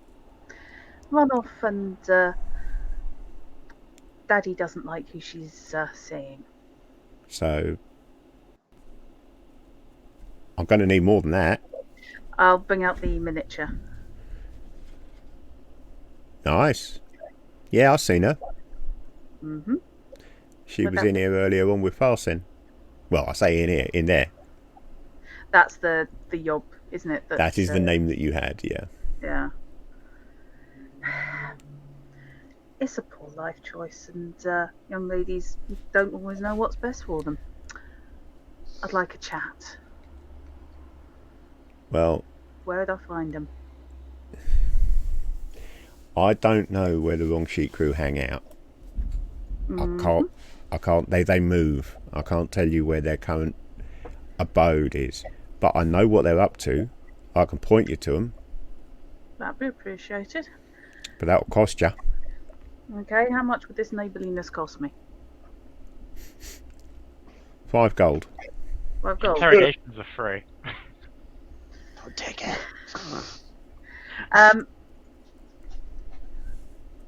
Based on general knowledge, do I think he's attempting? I mean, I assume he is attempting to gouge me. But how badly do I think he's trying to gouge me? I mean, I'm expecting a degree of gouging. 5 gold is a lot of money, but if Farson runs a gang of rogues, he could be taking a risk passing on information. So it's not a lot for that kind of information. Not if it gets back where you found it. Yeah. You could also barter. I could, but what I'm actually going to do is I'm going to cough up the 5 from my smaller belt pouch. Because funny enough, I don't necessarily wander around with one pouch containing everything I own. Yeah. Funny like that. There you go. Now, where? And You're a what? straight up citizen, you are. Right, okay. Say rude things like that. You ever heard of a place called the Adventurous Quarter? Yeah. Right, well, it seems Farson reckons that he can put the moves on some of the businesses in the quarter. I don't know why. I think he might have paid off the watch, or they owe him or something. But that's where he is. Him and the crew, they're gonna shake him down, see what they can get. Little bit more specific. I don't have more specific. That's what I'm not a member of the crew. I don't know their plans. I just know that this is what I heard. That's their next target. They're going for the Adventurous Quarter. Fair enough. It's not far from here. It's in South Ward, Southern Ward. It's within the normal territory. He's going to give it a go. All right then, mate. We'll go and have a nosy. Have a little chat. You might want to keep that for drinking money for a few days. Not make too much of a noise. I don't make noise. That's good to know. But, and if this turns out to be but I listen. That's what I do. I listen. So if you need more, if this plays out, you come back to Old Squint Eye. Yeah, I'll come back and I'll see you, whether this plays out or whether it's complete and utter butt kiss. It's straight up. It's straight up. I don't know much, but what I told you is good. Good. Glad to hear it. Enjoy the gold. I'll tell you something else, actually. Free. I'll give you this one for nothing. Over there. He nods in the direction of Bryan Street. Okay. That's one of the crew. When you say, what the Halfling. the kid. Yeah. And if you can't hear the inverted commas. Kid, yeah. Yeah. She, they use her as a lookout. Subtle. Oh well, it's a good tactic. Nice to know I'm dealing with professionals. Thanks for that. And at the moment, we never had this conversation. And if you don't want to have any further conversations, I'm happy to pay for conversations we don't have.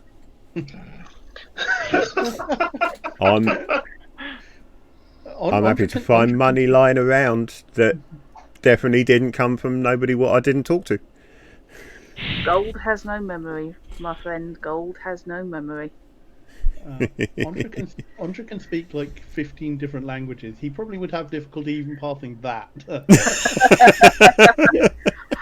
Also, Shrine has been So- deliberately mimicking the guy's accent. Yeah. So he at this point he will turn and shuffle away down Candle Alley. Okay. Yeah, that's fair. Can we do a meanwhile thing? We can do a meanwhile thing. Right, so while that conversation is going on, what's happening? Okay, so like people being suspicious of the halfling kid thingy, and Yeah. Stephanie's just there, like enjoying her pasty, like sort of like semi-ignoring it and stuff. But hearing Hunter and Carbs talk about the sea, and like thinking about the pasties and like the kind of nice guy she met at the stall, she's like casually talking about how the pasties was good, and asking Carbs, since he's a local, if he can tell what might be in these pasties in case she wants to make them in the future.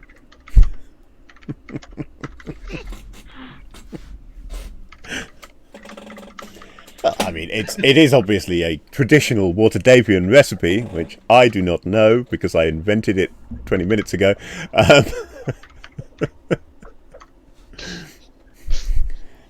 Knight, it's your turn to make something up in. So, yep, I will allow Knight to ad lib or deny all knowledge.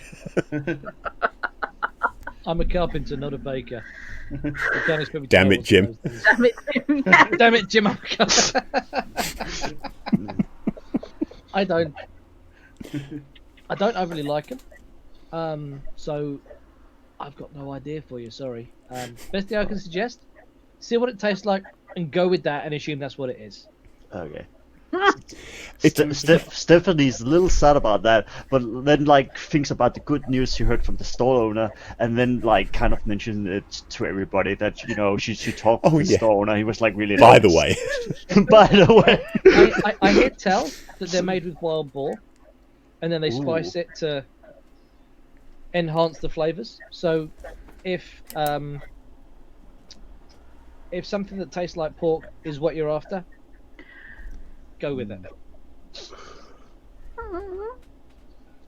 Stephanie gets a little more happy about that because, but also a little more worried because that means that her brother needs to capture some boar at some point. Sorry. But also know that wild boar aren't a common thing around here. We're in a city, Yes. and they're So- not local to Doesn't this matter. particular Doesn't matter. region. So did Just Stephanie wanted to then- make you aware of that. It's obviously going to be imported. So Stephanie I love the did idea say that- what Yeah. But Stephanie shares that the store owner was like pretty nice and told her the news about that they had seen the missing clients. The client's missing daughter. Boom. There. Well, that's a good sign. That's a good Yeah. sign. you Uh, could have what- told us a little bit earlier when Trina was here. Yes, that would have been good to know. Stephanie shrugs it off. I just begins eating Where pasty. did the seller say that they saw the girl? Correct me if I'm wrong. Was it the street of Smiths? Yes, heading down the street of Smiths. Okay. Well, that's a Right. good start.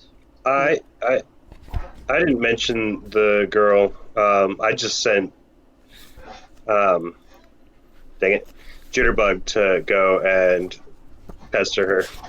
Yeah, you get some amusement watching Jitterbug pestering this halfling, who actually does a very good job of staying in character. She reacts like a little girl. A combination of joy at this cute bird thing, turning to frustrated tantrum as it won't leave her pockets alone.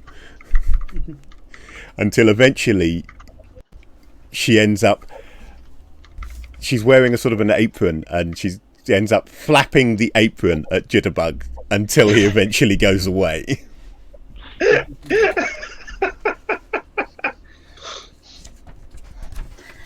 Did Jitterbug have fun at least? Jitterbug was thoroughly enjoying it, yes. I'm gonna have Jitterbug at least stay at a distance where they can pace her if she does run off, so that we can follow her without actually following her, because I can feel what direction he is. Okay. Now, am I at this point going to be mean and make Drat roll Waterdeep lore to see whether she actually has heard of the Adventurous Quarter, which she so blithely said yes to? I was expecting you to make me. Right, so yeah, that's going to be a Waterdeep lore 1 roll. Oh Christ. Okay. Pink die, gold die, or purple die, or dayglow die. Right. Pink die might be tied. It gave me a good roll earlier. Let's go with dayglow. Yes, I've got multiple poly sets on this tray. Screw me. That just sounds perfectly normal to me. Yeah. It does. I don't do dice shaming, but some might get sidelined for a bit. Right, so I need 14 or less, which actually isn't too hard. Got 5. Doddle. Okay, so yeah, you have indeed heard of the Adventurers Quarter. It's not an official part of the town by any stretch of the imagination. It is in Southern Ward, and it takes its name from the fact that quite a significant portion of its population are retired adventurers. Not by any means that everyone there is a retired adventurer, just more than 1 or 2 recognisably in a neighbourhood is noteworthy. Yeah, it's one of those places where you don't kick off with the local barkeep because you never know. They may previously been like a 10th level ranger. That's the sort of thing. You do, in fact, know that one of the entrances to Underdeep is in the Is that the yawning? Is that yawning portal? the yawning portal. It's not nowhere near the yawning portal now. Oh right. Just checking. We don't want Vernon showing up and. Hello, let's go and piss off the Knights of Mithranor. Why can I now not find what I'm looking for? Oh, there we go. Yeah, you are familiar with vaguely the Safe Haven Inn in the Adventurers Quarter, which is obviously the inn in that area, and you know that is one of the places that, as you say, is not necessarily a good place to make trouble.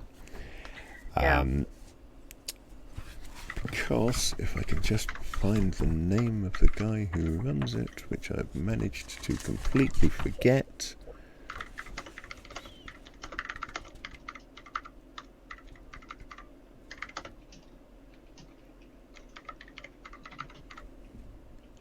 Oh, come on, how can you give me a description of the Safe Haven Inn and not tell me who runs it?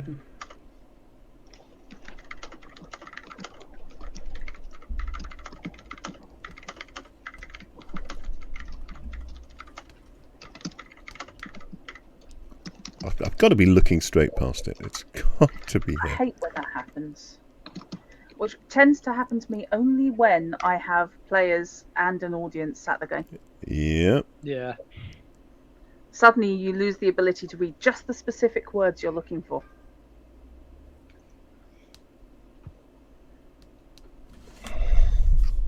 Yep, they're on cookery. They're going to start talking about sausage rolls in a minute. In chat. Oh, great. You tell me what bard plays there on a regular basis, but not apparently who runs the place. Okay, NPCs of the Adventurers Quarter. It's going to be... Oh, there we go. Travis Deepdale, of course. Oh, I know that name. Co-owner and bartender, Safe Haven Inn.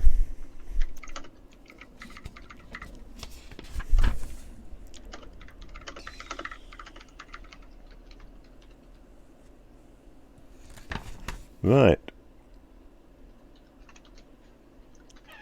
So yes, you are aware that the Safe Haven Inn, run by Travis Deepdale, is in the Adventurers Quarter, and is actually a very popular inn, despite being in the Southern Quarter.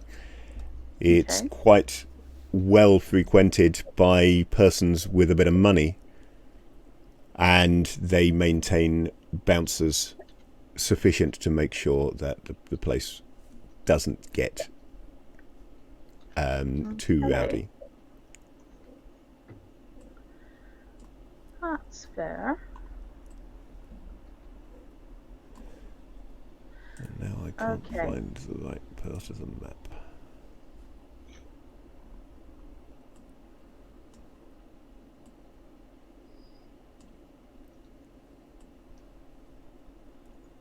See the problem with the fact that I'm actually using maps from two different sources.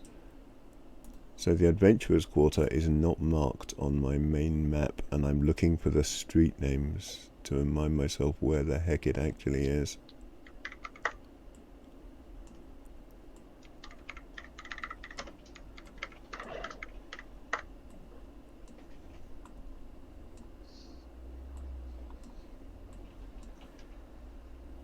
Ah, there it is. Yes.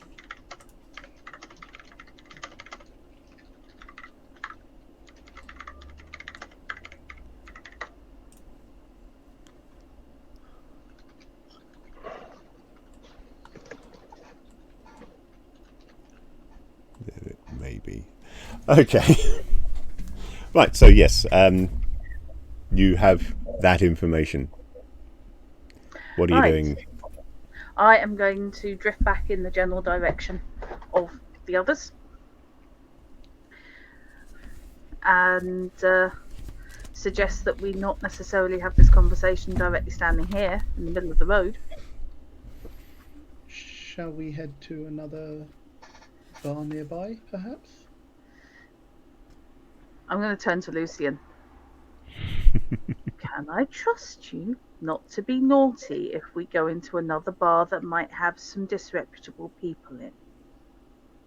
Well, it depends on Maybe, if yeah, they're engaging in acts of villainy before me. if there's disreputable people in there, perhaps we should keep Lucian away from the bar. Right. I feel we may have gotten on slightly better had we not had Lucian with us on that particular occasion.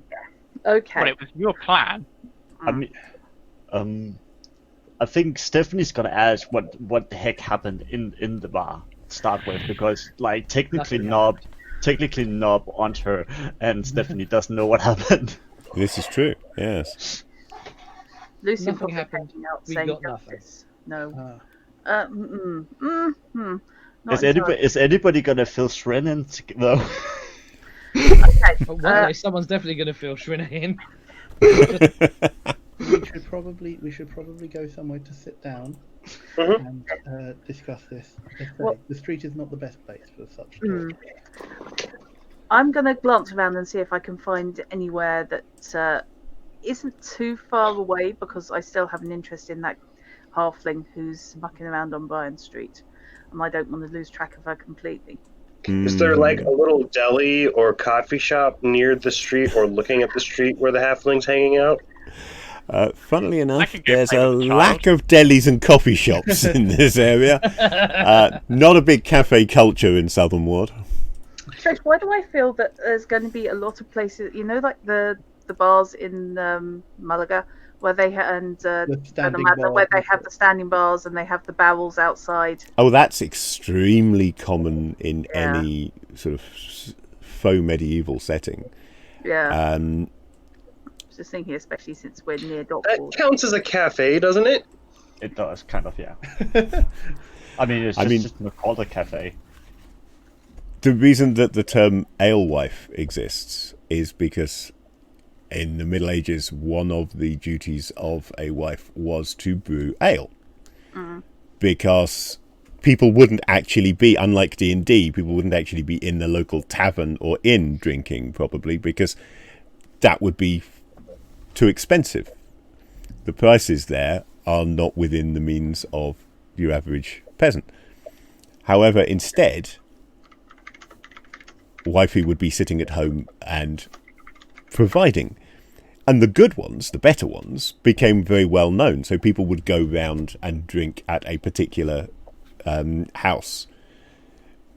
Obviously having to maintain good relations with her and her husband to do so. But that's the origin, really. That's where these kind of establishments start up. If somebody has a reputation for brewing good ale, they're going to brew more ale, and they're going to try and sell it to their neighbours. And that's Yeah. also why you would get an association with the local, with bakers, either the alewife themselves or such, because the because the froth of the beer would then be a good source of yeast to make Yep. bread. Yeah. Yep. It's almost as if there was an entire ecosystem going on there. Yes. Yes. As my next batch of sourdough actually will test because I bung some beer in it, and we shall see. It's also why northern folk call baps balms, because the balm is the yeast froth on the top of of brewing beer. Oh, well, there you go. You learn something every day. This is the problem, you see. I know no northern. I don't know northern. I'm unfamiliar with these northern types. So, are you So- just... Northern Waterdeep, but Yeah. Sorry. Does there happen to be an open ale place nearby with an alewife taking care of things? Not too close, no, because there is a tavern. Although actually, it's a tavern where most people aren't welcome, so maybe there is. Yeah. Probably No. not on the Way of the Dragon, because I suspect that's just a little bit too obvious. Being a main thoroughfare and regularly patrolled by the Waterdeep Watch, they'd get taxed, and they What wouldn't about want to one be down the taxed. street? So you'd probably have to cut out into one of the side streets somewhere. How about is that Telshamber? Is that an I or an L? North. North. Teshamba. Telshamber, yeah. Yeah. How about Telshamber Street? Yeah, that's worth a look. How far? That's quite a ways down. I guess we could go there. Well, it's up. It's If you- 206. That's what I'm just looking to see yeah, what 206 yeah, is. 206, yeah. Oh, 204 is near Beacon Street, though. Let's have Or a in look. between Beacon. I'll be walking up there. Yeah. Oh, Illimar, not Ilmater. Right, okay. Wee. I'm still gonna leave. Why do I keep forgetting his name? Jitterbug. I'm gonna leave. Bug. I'm gonna Jitterbug, leave yeah. Jitterbug hanging around near the halfling and send me, some sort of a signal if the halfling's on the Okay, move. I believe that your range is essentially mile. around a mile, so that's not a Yeah. problem. I would And be you can taking- sense that distance, so Jitterbug will know if you're unless he's on a specific important mission. If you're getting to be a mile away, he's going to then come after you rather than lose that contact, because it is, being an empathic link, you are bonded, and it is important to him as well as you. So What happened to unless you've Jitterbug? specifically sent it, I because he's not with you at the moment, I've taken him off the map. Oh, okay. But yeah, unless you specifically send him away, he's never going to be outside of that 1 mile radius, because he Right. doesn't want to be. Also, he would die slowly. Well, there's that. That's one of the reasons he doesn't want to be. You really don't want your familiar to die. Trust That's me. really a bad thing. Yeah. If I remember correctly, second ed imposes an experience penalty if you're familiar. There dies. are experience point. penalties, yes. You can replace it, but you suffer the experience penalty first. Was it you, Fish, whose cat got fried in a fireball I don't think it was, no, I think it was somebody else. in some of the Andrea ran? Right, so yeah, you can indeed find Hold on. an alewife who is just... She doesn't have... This is with the problem that you've got, because this is very common with these sorts of establishments. She has got a barrel of ale, basically, and she is selling mugs of ale, but she doesn't have mugs. You're expected to bring your own.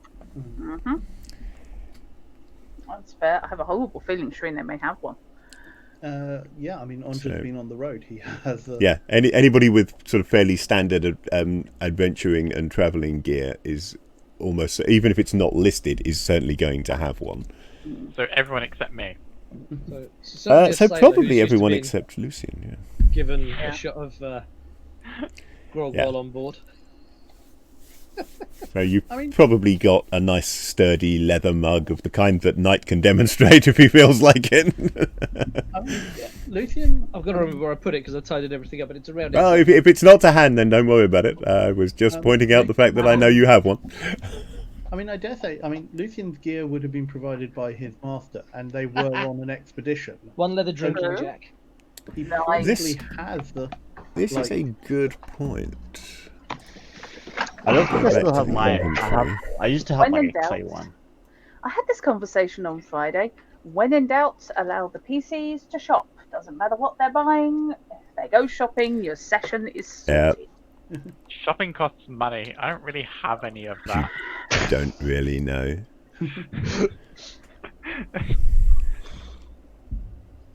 I mean, it's better than having no knowledge I of how could- much money you have. I could drink from my oil lamp.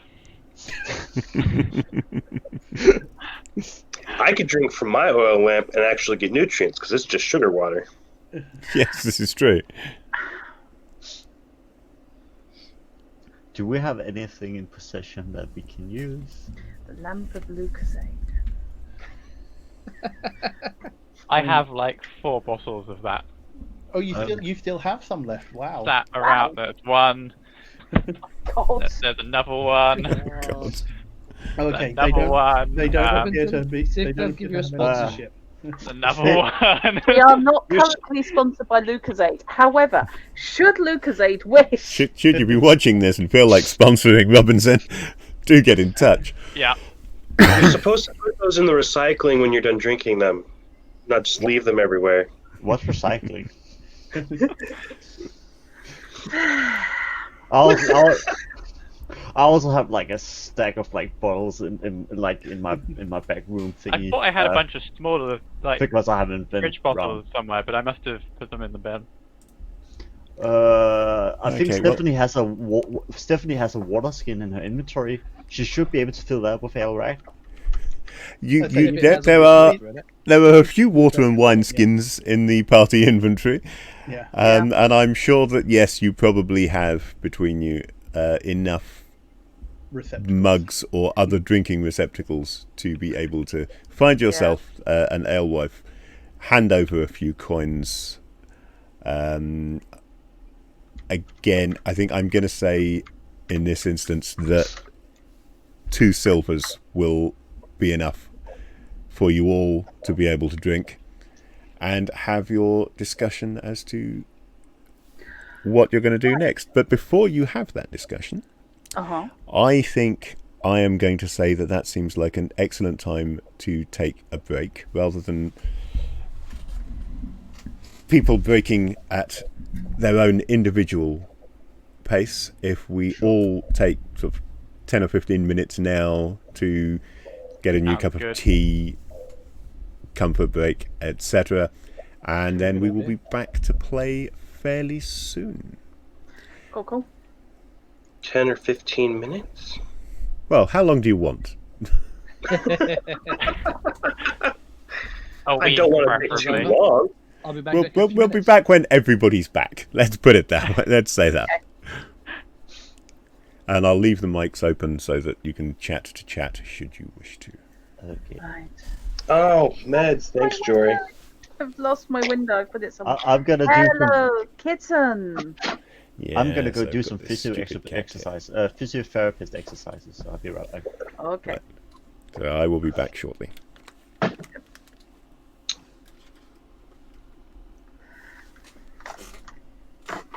All the screens go gray.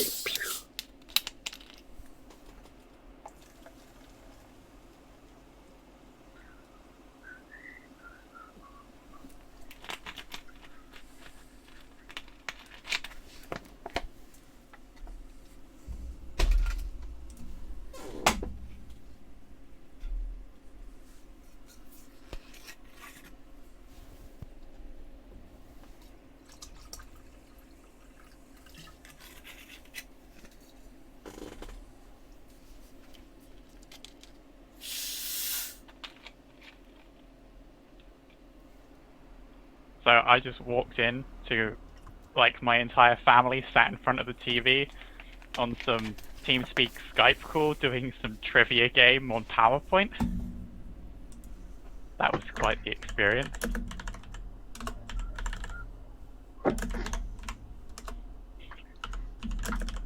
Ah, quite lonely.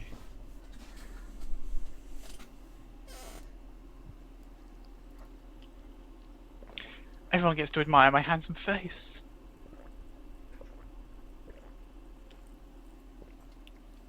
Right.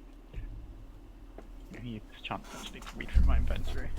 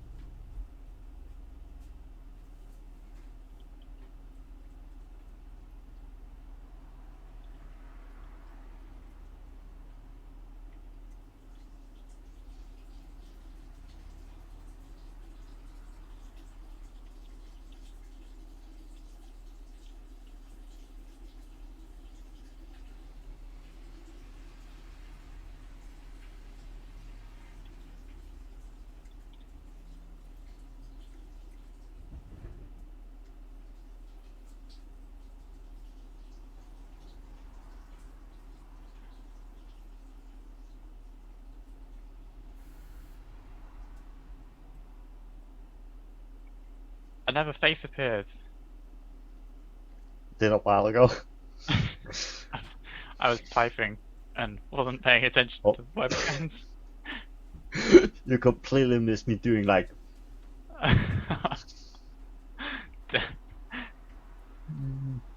Oh, I was doing physiotherapist exercises because I have some shoulder and back problems. So sometimes I need to do those, else I'm gonna like have. I should probably exercise. My entire body is No, going no, to no. in a few years. Exercising, no, not exercising. No exercise. No muscles. That doesn't matter. Muscles don't matter. Another face appears. I thought I wanted some gin until I actually got to the kitchen and then realised all I wanted was coffee. I was gonna get like a bottle of Coke, but then I remembered that I have like 3 bottles of Lucozade, and my parents will probably kill me if I keep taking the family supply of Coke. I have never had Lucozade, so no. Not a thing we have in Denmark. Not a thing we have.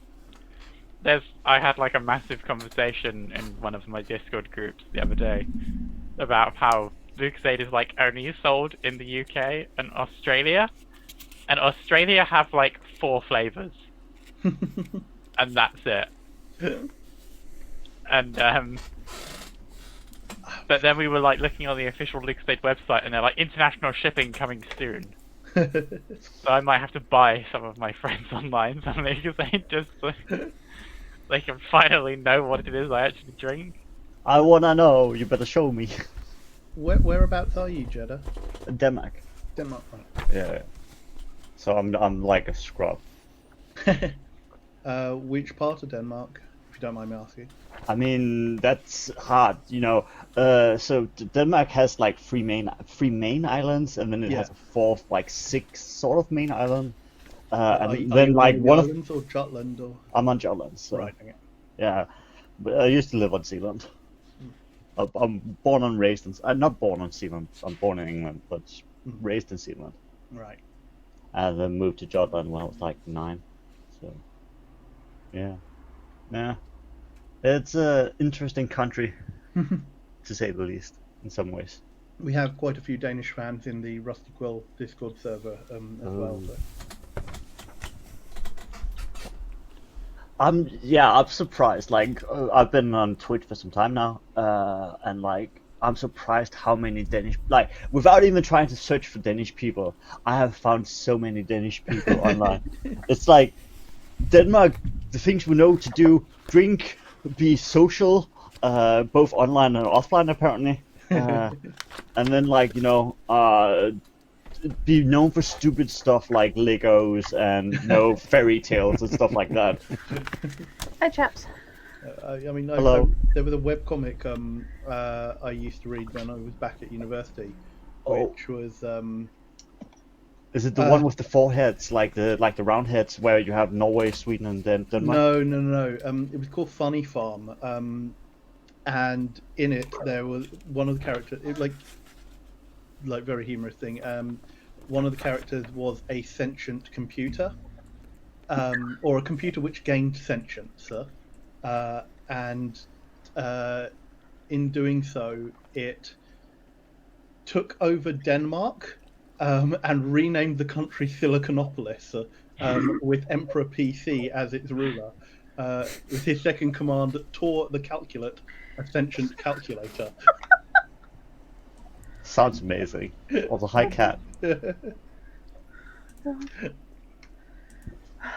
Nah, we have like that's also another thing. Like if you come to Denmark, one of the things we really like take a lot of joy in is actually comics.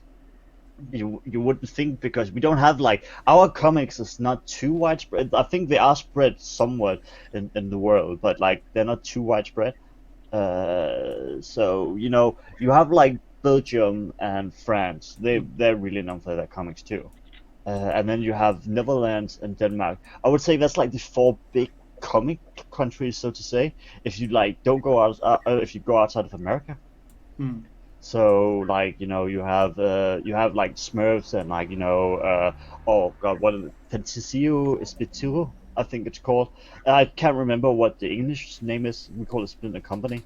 It's the one with like a boy with orange hair and a guy with orange hair and like in a billhopper suit. Like and a guy like with yellow hair with like a butterfly and a blue suit normally, and they're like work as reporters but do other stuff, and they have like see the swap and stuff like that. You have like France with like Heshe and Tintin. Like we have Anybody else really feeling that we need links for these dropped into reading and writing, probably? Netherlands has something like they have a very famous here in like in Europe called Gammelpot. That's the Danish name for it. Let me just find the English name for it.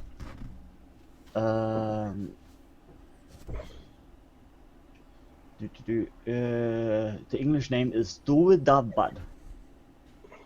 And it's like it's a really cute and adorable like comic that's like kind of really cool about like an old vagabond man that like doesn't like, he's like pretty normal, except he has a knapsack that's magical, and basically he can pull out anything and store anything in his knapsack.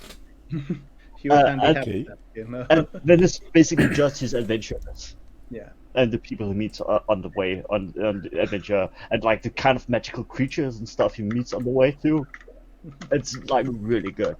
But Denmark, we have two very famous comics.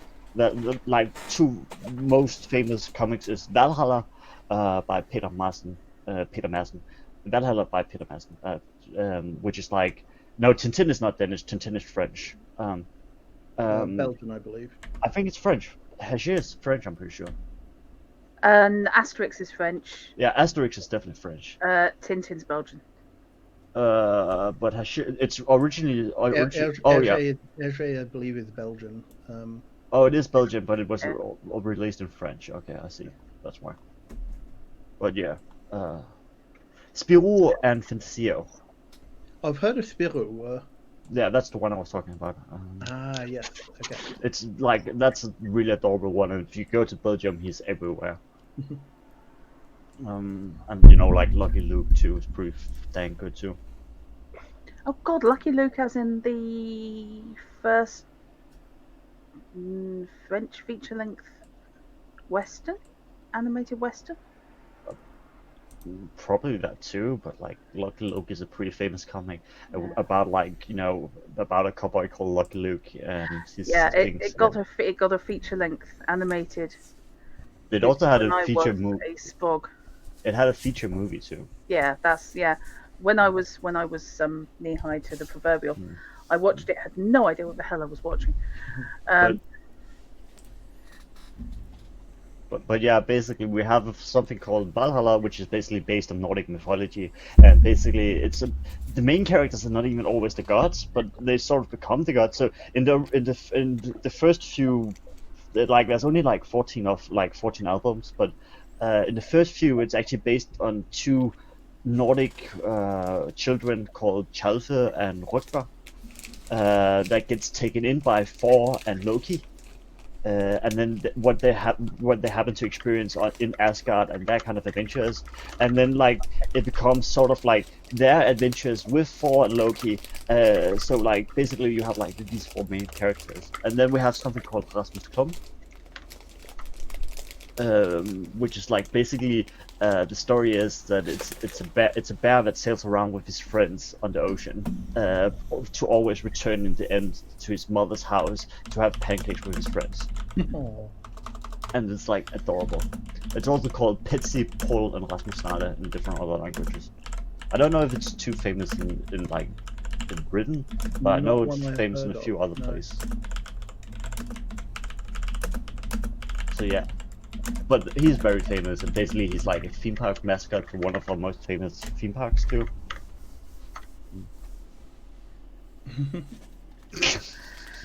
I can't do that, Fishy. I can't do that. But that depends. Sometimes there's like Swedish and Norwegian names, so I can't like do them in that accent because they have like kind of a different accent, but still. Right. Yeah.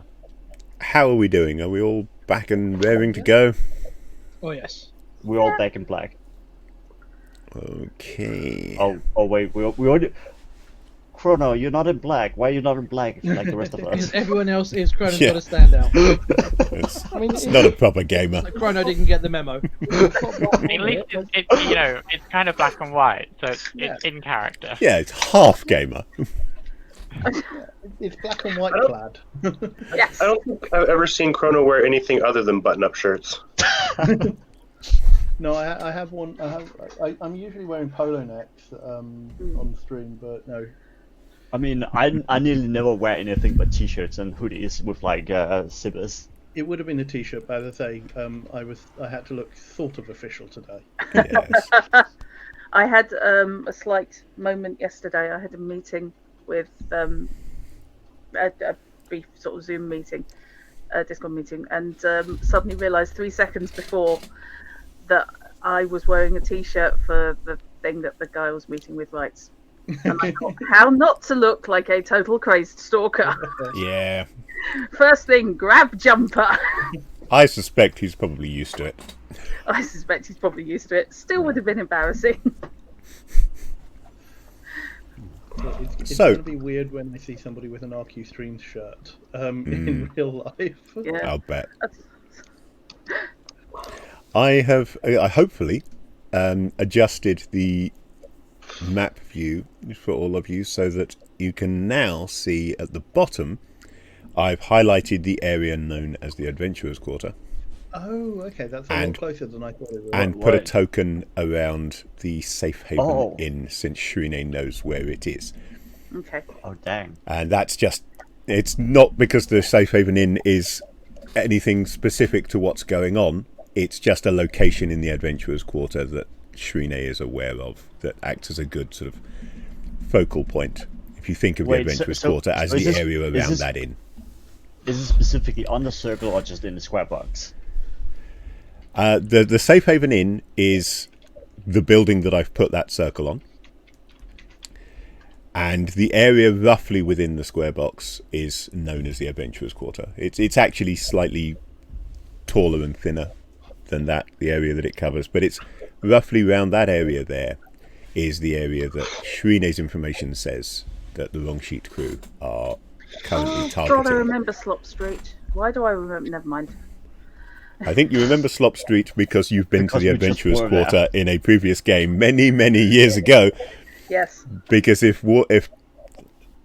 they were still TSR at that point, were going to present me with a detailed neighbourhood to base adventurers in Waterdeep in, I'm bloody well going to use it.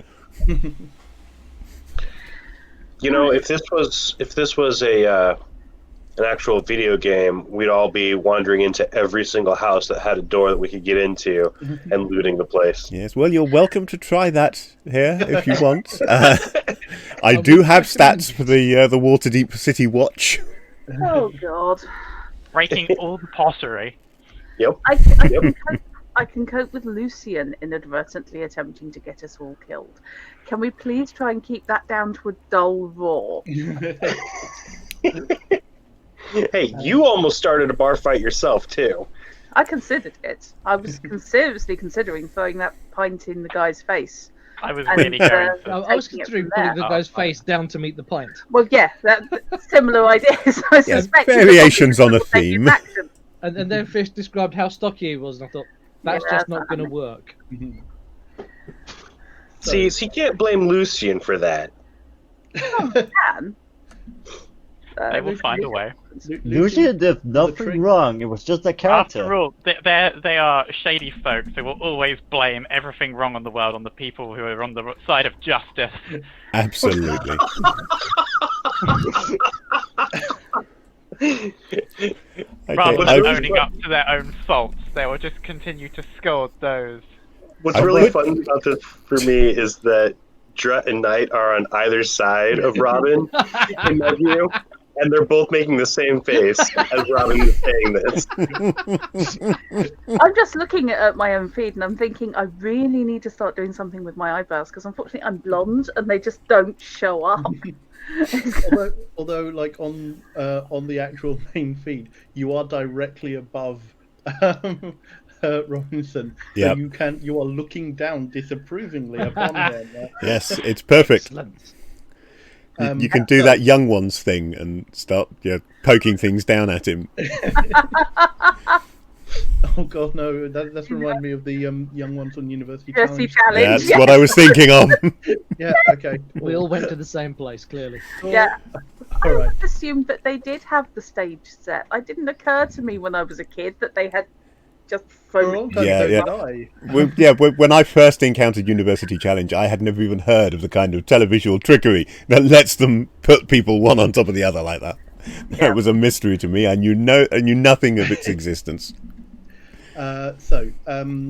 Returning to the story at hand. Meanwhile, Yes, you've got an idea as to where allegedly the Wrong Sheet crew might be, and to back that up, I have put Jitterbug back on the map. Do not take it as an exact location, because you don't have an exact location. You just have a feeling as to direction and distance of roughly where he is, and he is roughly about where the Adventurous Quarter seems to be, from the description that Shrine gives you. yeah. Yes. What was the name of the contact, by the way, just in case I need to find when I need to find him Old again? Squint Eye? Squint Yeah. Eye, yes. Who Old wasn't Squint actually Eye. that old, but kept referring to No. himself as Old Squint Eye. Squint Eye. Old Squint Is Eye. it O as in OL apostrophe or Apostrophe. old as in OLD? I believe I said it as OLD. That's not his spell. That's Squick Eye. God knows what's going on there. So it appears that the lady that was watching us has moved farther south. Jitterbug's following her. It's a bit of ways. So I guess we have the.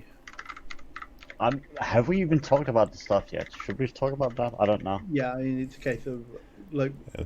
Let's assume, rather than repeat information that everybody Yeah, we already always heard, let's talk about assume that the basic information has been passed on, That's- and So then we know that you can discuss they it are from planning there. an operation in the Adventurous Quarter, and we know that the halfling who isn't a little girl is one of their crew. And Mhm. we know that she was seen at Smith Street at some point. yeah. So Is the Adventurous Quarter an unsavory place, or like slightly more? It's less unsavoury than it could be because an awful lot of retired adventurers go there and they want a quiet life and are hard enough to be retired adventurers who can enforce a quiet life if need be. Yeah. So these Is are the this sort of like- people who, in terms of competence, Lucian would certainly look up to, but none of them have a title or anything. this does I seem imagine this just being a neighborhood full of Gran Torinos. This does seem like a strange place for a common street gang to be targeting, though. It strikes Unless- me as ambitious. Do we know that the thug in question is ambitious? I mean, All the working thug for someone might that's be a ambitious. former adventurer. Because the only information we've got comes from Monza. I'm just Um, double checking if yeah. I know anything more. Sorry. Honestly, if it's a neighborhood of retired adventurers, there's plenty of loot and gold and magic items I'm sure that they have in their homes. I'm just thinking, I didn't realise Fish had actually read my plot for future Swords of Slaughterdeep that was centred around Lucian and a retired adventurer. Oh, Waterdeep's full of retired adventurers. Nobody, that's going to be fine. And any time that you want to pick up and run a plot for the Swords of Slaughterdeep, I am absolutely happy to bring a player character in and play. Oh, I'm happy I to do love that. second I've edition. got a house party planned. I feel Oh, like God. Lucian is slowly becoming like main character material. It's definitely all following Lucian, isn't it? This is the adventures of Lucian Einhardt. Yeah. And his band of retainers. Yes, that's it. No, not retainers. Lucian Savers. Yeah. Yeah. Caretakers. Well, we Yes. want him to retain his life. Well, want might be a strong word, but Yes, we're paid I- to. We don't Yeah. necessarily want to, but we're paid to. I definitely think caretakers is the best word. Yeah. Caretakers of the Lucian doesn't have quite the same ring to Yeah. it. You know, if you just No. phrase it as Defenders of Einhardt, it actually sounds like an anime, which would Actually, keep wow. Robinson Yeah. happy. So the I'm trying to remember what his name is.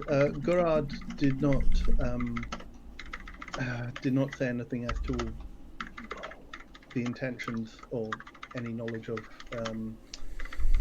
the young man's ambitions or anything such. His opinion of the young man apparently was none too high. Mm. So, whether or not young Sabina, is that her name? Serena, right? Whether or not young Serena might be taken with his plans Mm. and this adventurous life. Oh God, is he trying to actually impress a girl? Well, Oh dear. possibly. Although whether that's to impress her for her sake or impress her to get hold of her father's money, we don't know. However, there does seem to be a strong. This does seem to be strong evidence to suggest that her father might be well justified in his fears. Yeah. Well, they could be doing it for a good reason as well. Can't just assume that it's nefarious. On the other hand, if we go and study them a bit, we could probably Villains figure are out a always counter villains. heist. They don't suddenly become good. If a somewhat shady character has given Shrine the suggestion that these folks are also up to shady business, then that might be justified. However, you are correct. We probably shouldn't assume that before we go back to her father. And no doubt we should probably look to secure her safety Absolutely. before we return as well. Yeah. Unless, of course, we wish to return, tell him the story, and then set the city watch. That strikes me as that will get messy unnecessarily. I can keep her in my in room. That would get messy. In a very different way, I suspect. Yeah. No. Like possibly the mess being you splattered across the wall. Yeah. Just like a Lucian, no. That's possibly the most common Nasty phrase.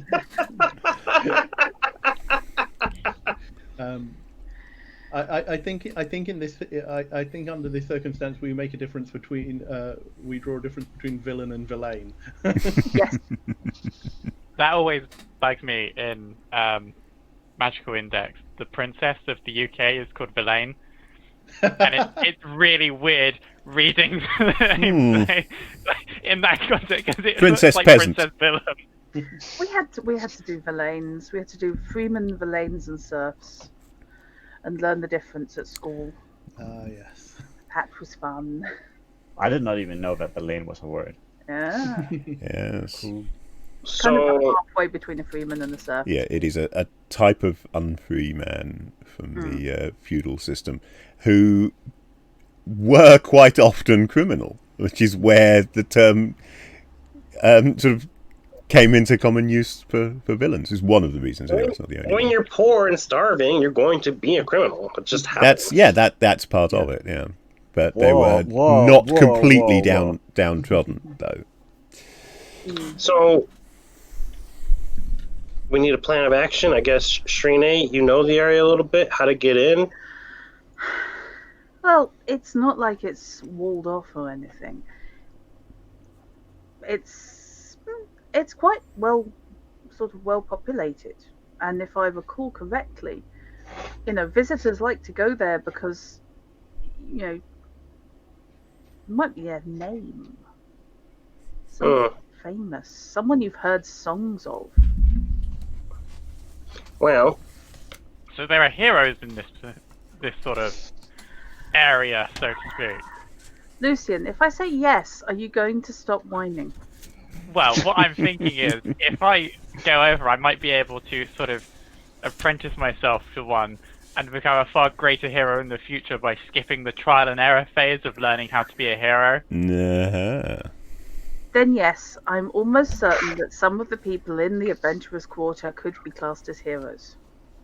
Excellent. I'll go and fetch my horse and ride my way there You immediately. don't need your horse. It's Don't not need Stop. that far away, Lucy. It's a 20-minute walk. Yeah, If that. but, taking the horse there will be, a far greater display of my capability. honestly, it seems like it would be a good idea to let Lucian just walk in there on his own with a couple of you that are better at sneaking in, and the others of us just be tourists and have a meeting place in the middle somewhere. Because that worked so well last time. It did. We actually got a lot of information from it. To be fair, last time we went in with Lucian. Yeah, this time we're not. No, instead of letting Lucian go in on his own. Hey, it's a quarter full of heroes. What could possibly go wrong? You're going to get the horse stolen. I just have visions. You're going to forget to put the club on it, and you won't tie up the horse properly, and you're going to come back Takeshi with bites. just severed reins. I like to imagine that the club designed for a horse to keep it from being stolen is basically a catapult style device. As soon as a thief jumps up on the horse, it just whacks him in the back of the head. Not spring-loaded saddle. Hmm? Ejector saddle. Or that, yeah. The wrong I one. like Especially the idea coated. of the James Bond ejector saddle. Yeah. That could work really well if, and I'm looking with a gnome eye.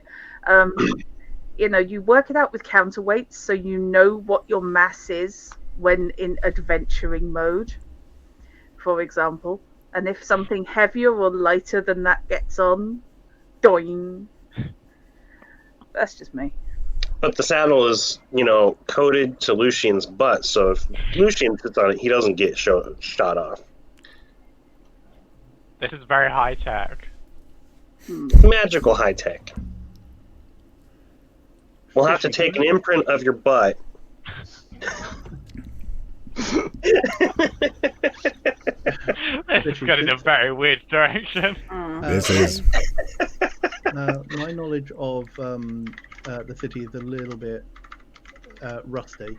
Can I just check? We are on the edge of Tradesward, aren't we? Yeah. Mm-hmm.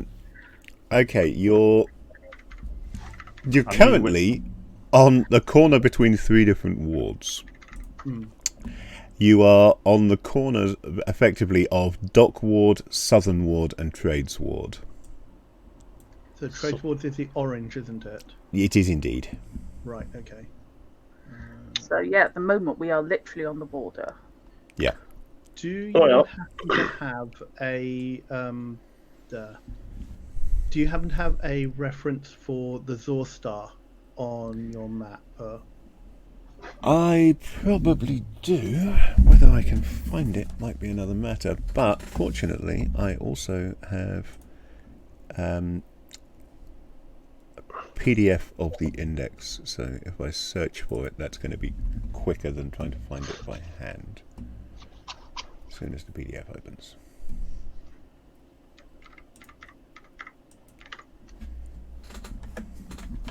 While you're doing that, I turn to Shrina and said, how dangerous are we expecting this area. this venture to be? The locals less so, because we're not planning on antagonizing them. But if this young wannabe is out to prove himself, that could be an issue. I mean, ideally, we'd like to talk the young lady into giving up and going home. It's okay, I will put on my best charming behaviour. To God, be your fair, actually, charisma is higher than mine. To be fair, Lucian may actually be our best bet. I'm very well versed in etiquette and... Yeah. Thing is, I don't think etiquette is what she's after. If etiquette was what she's after... Every lady is after etiquette. How many ladies have you met? Well, my mother, and then... Your horse. no, Lucian, if you don't include ladies Shrina in not that list, I lady. think you're going to get slapped again. It's fine, I'm used to it. Yeah, so my mother, and then there's like... So basically none out in the wild. Oh, You've never met a wild woman. poor boy. Nope, not taking it. Open gold is there, the ball is at my feet, and I'm gonna manfully resist. Stephanie's go on, just punt it the once. It won't hurt. Stephanie's there sort of grumpy because Lucian doesn't recognize her as a woman. You're all scoundrels. None of you are true ladies. Petition Okay, to beat up Lucian. The Zorstar is quite a distance from here, almost directly north of... You can see 206 on the map there at the other end of Telshambo Street. Mm-hmm. Quite a way, almost directly north of that, just before... Quite close to the City of the Dead, I think it's called. I'm trying to remember. Okay, so beyond the big old 203, graveyard. Yeah, it's not on this map. Yeah, okay. So not appearing on. Yeah, so not appearing on this map, indeed. It's on the next one up. Okay. No I mean, worries. it's certainly So easy to get to from here, but in completely yeah. the opposite direction to where the action is, and quite a distance. I mean, we're talking basically a half hour each way. Yeah. I mean, I think we should just head down there. Go across to the Hitch. Is that Hitch Road? High Road. High So road, on High Road, cross into Balance Street, and then take one of the 2 streets down into the Adventurous Quarter. No reason to really wait around. We need to see things before we can really plan. Yeah, I think we need to have a look around. And ideally we need to find that little halfling kid. Not kid. To what end? I can't decide whether I want to watch and see where she goes or have a little chat. Well, I know where she is. Oh, do you? Well, ish. I have to follow Jitterbug. then knowing where she goes might be more important than knowing where she is. Well, she's down in the direction of the quarter. She might already be in there. I have a vague idea of the distance. She might. I mean, what we actually want to do is have a chat with. Is it Tharsin, the guy's name? Farson. Farsin. What we actually want to do is have a chat with the girl and Farsin and dissuade them from further contact. If we can do this literally by having a conversation, that's going to be the safest way of doing things. I don't want to have to be looking over my shoulder because I pissed off a gang. Just kill everyone in the gang then. Is it possible that we can go via, where was it? You said the pasty seller said via the Street of Smiths. Is that a road that we can walk down, just in case that they might still be there? The Street of Smiths is the next big road south from where you are at the moment. Obviously, this addressed to like Shrine and Carp. Yeah. Because you can see it on the Doesn't map. know Yeah. the street names as yet. Yeah, we could head down the Street of Smiths and try and get a feel for the place. Do we let Lucian run ahead? Although he is like Andra does have like cartography skills, so it's he can probably pick direction sense, so he will pick up the layout fairly quickly. We have navigation skills all here, so. We could go down the Way of the Dragon, cut across at the Street of Smiths, head down the high road, and then cut into Bryan Street and head down Fishwife Alley. That will take us into the Adventurous Quarter. I mean, we could also go through Chambers Street, which we already are at, and then go through Street of Smiths. Go that way. Any special reason you want to zigzag? No. Let's try and make this as direct as possible. We've already drawn attention to ourselves. Yeah, So. I'm loath to walk up Bryan Street opposite the Thirsty Throat because we may as well have a big sign up saying, "Hi, we're here to annoy you." Let's try and stay a little covert at least. Andra looks at his cloak. I mean, personally, the route I would take would just be go straight down Way of Dragon and then off down Phillip Lane to the. Yeah, I don't want to go past the Thirsty Throat. What part of I'd rather not go past the Thirsty Throat? No, but I think avoiding it has the opposite effect because we came up from that way. I don't care. I don't want to go past the Thirsty Throat with you standing there shiny. Oh, fine. I'll go by it on my own. No, you won't. And I am willing to put my dagger out your throat to win this. Lucian, if you want to go past the thirsty throat, that's great. Stop in, order yourself a pint. I'll meet you there tomorrow. I'll bring the coffin cart with me. Lucian, we're not going to let you get yourself killed for no reason. Justice will not be served Just by your walking death down the in a road. We It's not bid like this I'm Lady going of in the Shadows. building. Did you see which kind of road you were walking down? How many roads must a Lucian walk down not to get his throat cut? All of I them. think, Or indeed I none of think, them. I think you two are giving Lucian a disservice by trying to protect him from himself. He's gonna need to get his face cut up at some point so that he learns a lesson, maybe. I would rather Lucian learn that lesson in a fight it's worth having, where he's got a fighting chance of defending himself against honourable foes. And I'm leaning into as much language that I think will go straight to Lucian's hindbrain as possible. Instead of losing a fight and not having any justice for his demise.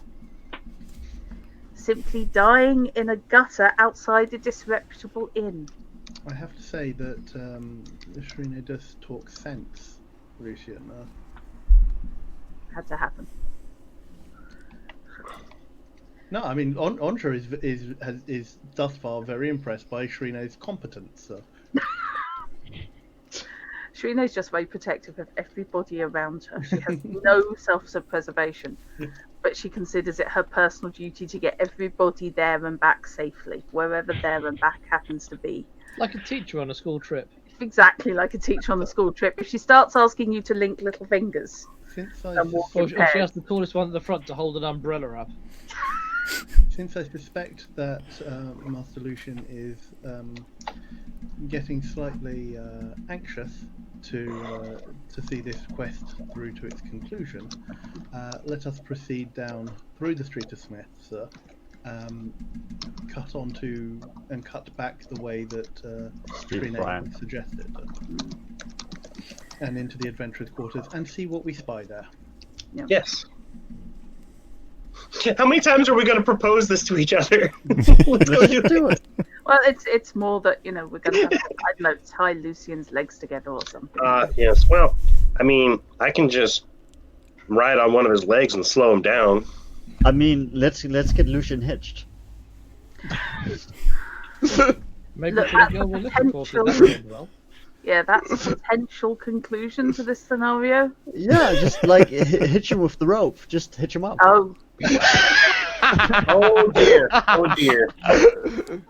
I have. Oh, no, I'm not sure I that can way. find a Oh, yard God, to no. hitch him from. That might give the wrong impression of the people that we pass on the street. I don't have that kind of interest.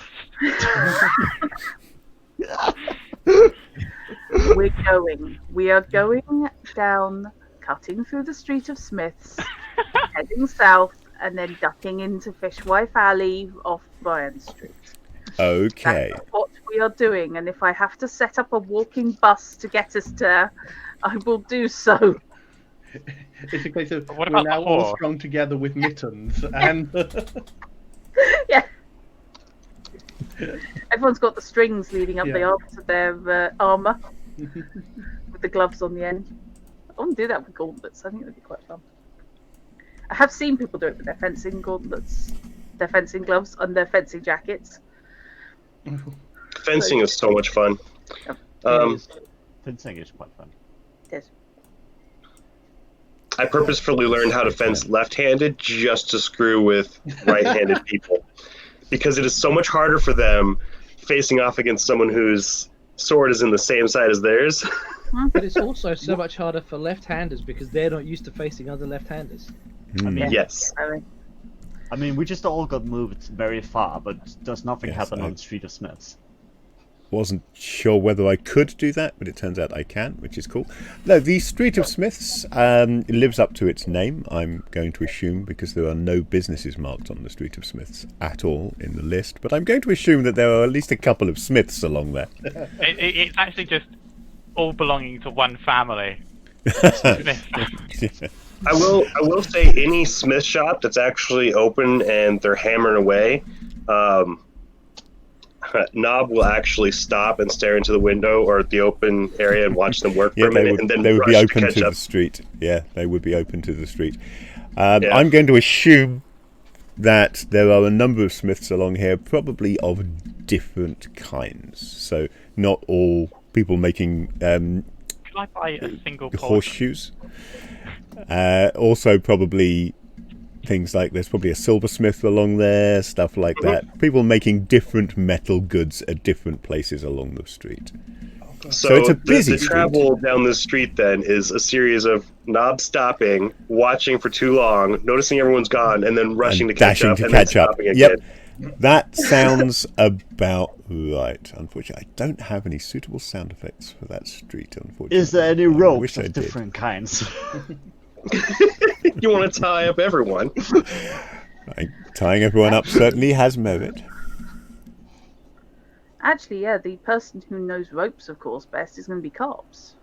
And Yeah. You're probably not going to find ropes in a street of Smiths. You're going to find ropes down in the chandlery on the docks. There might be a rope smith there, you know. No, first of all, A rope smith? is not, well, there could be metal ropes technically made out of a light bendable metal. Oh, metal! I wonder Metal what cables. metal I don't really think that metal cables are quite within the technological capabilities of the Forgotten Realms at this stage. and I doubt the Street of Smiths are openly working with mithril either. No. Oh god, it's going to be like people half-inching those, things like the rolls of copper cable from the railways, isn't it? Running off with a roll of metal cable under your arm. Yeah. So, yes, the Street of Smiths, as I said, lives up to its name, and it is indeed a fascinating distraction for Knobwobble in particular. But nothing of any significant relevance happens as you travel through it, and you turn onto I'll the make high a mental road. note in case I need to come back for armor. That's probably where you come. It's a decent way of doing it. The next street down, Bryan Street, you actually have almost certainly been there at some point during your apprenticeship. The location marked on that street, number 207, gives its name to the street. That is the smithy of Bryan the Swordmaster, who is well known for the quality of his blades. So, although he's not on the Street of Smiths, he's good enough that he gets a whole street to himself. How does it...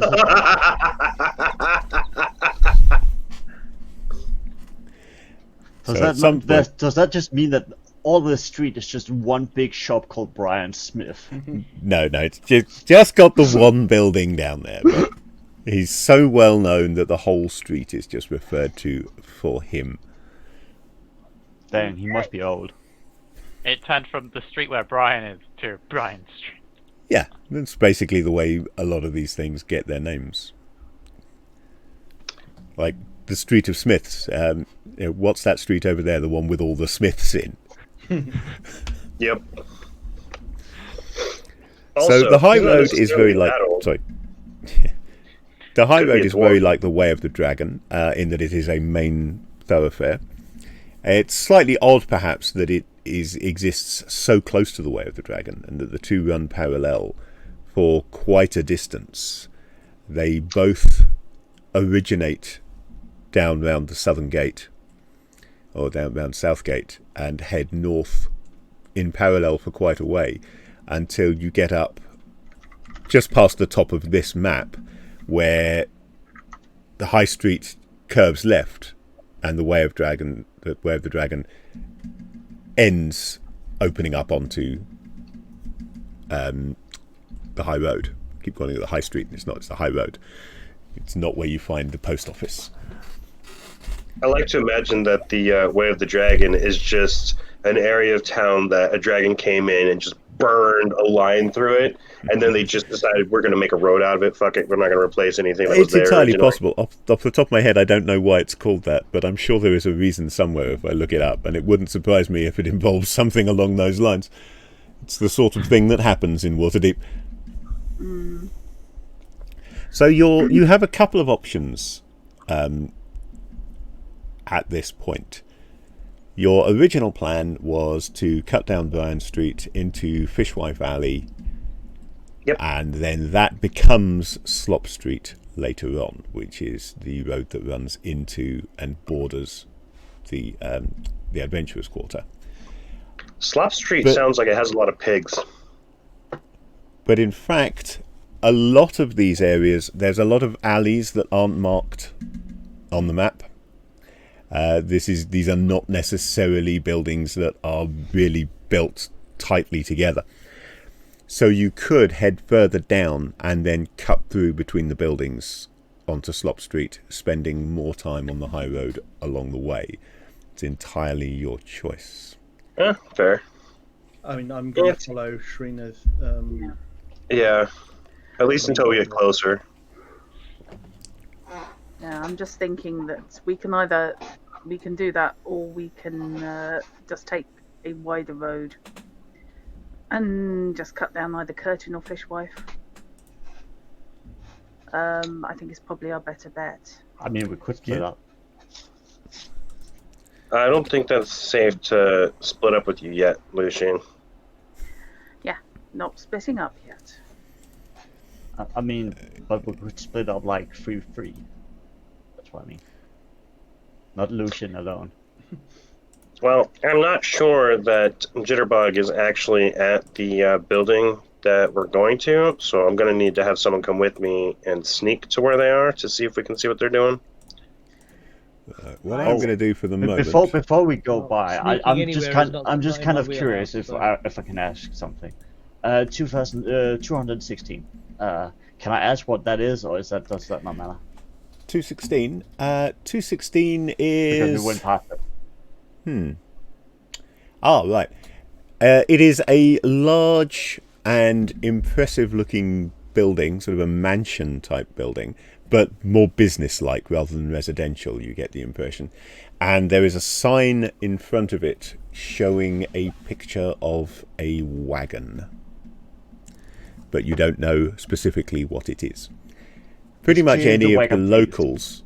Pretty much any of the locals could tell you. Would I recognise that kind of sign, given that I'm from the city of caravans?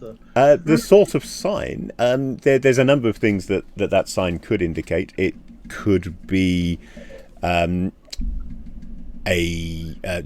caravaneers guild, for example, or a company that arranges caravans, or it could be to do with, in fact, a guild for, say, wagon makers or merchants.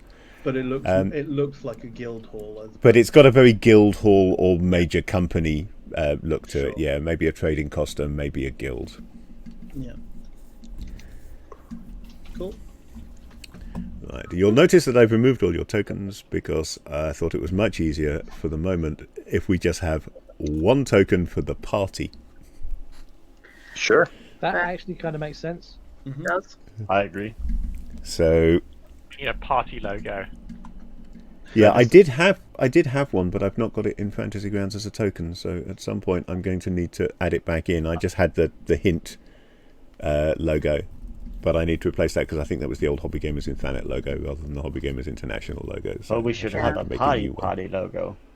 Yeah, we need a symbol of our adventure group. Well, Okay, For all our heroics in the future. let's see how this quest goes before we decide whether or not we want to carry on working with each other. Can we go before you name yourself the Knights of Lucian. I'm just thinking, how do you depict as a logo someone staggering from one disaster to a cliff? I think you just have somebody tied up. Just somebody tied up. or a stylized image of somebody being hit on the back of the head with a tentacle.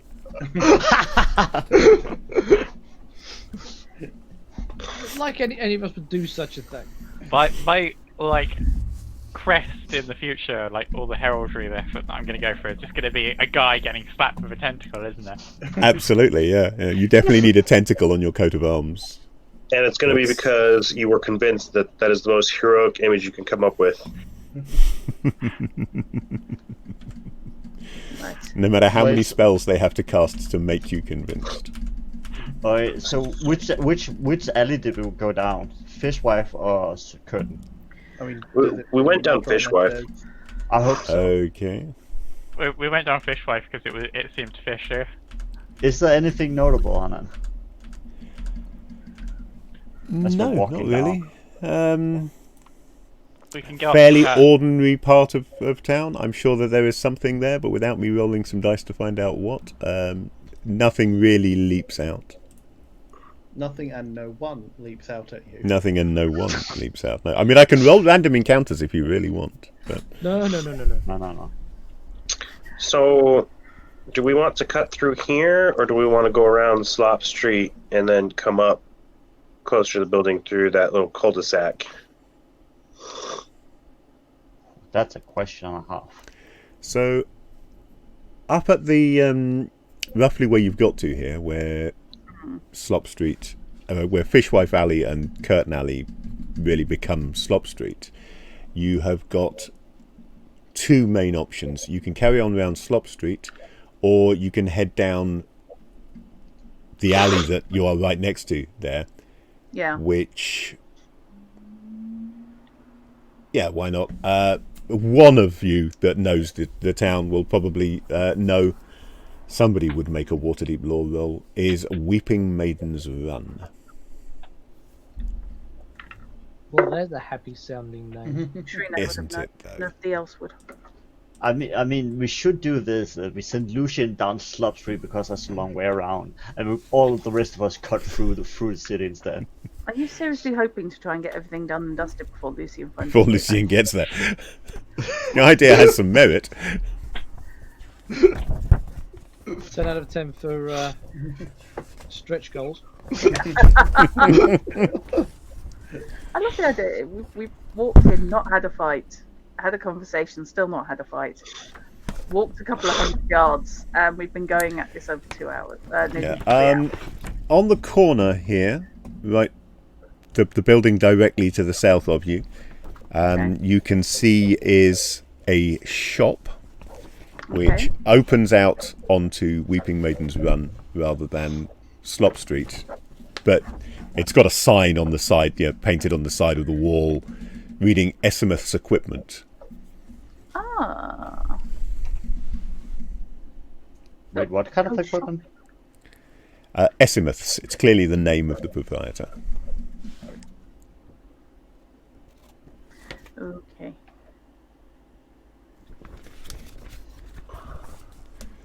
I have no need of equipment right now. I want to figure out what they're doing and see if we can find the young lady that we're supposed to be finding. I need to find a rope, so... Oh, fair. I don't have any need for equipment, but I think that we could have a chat.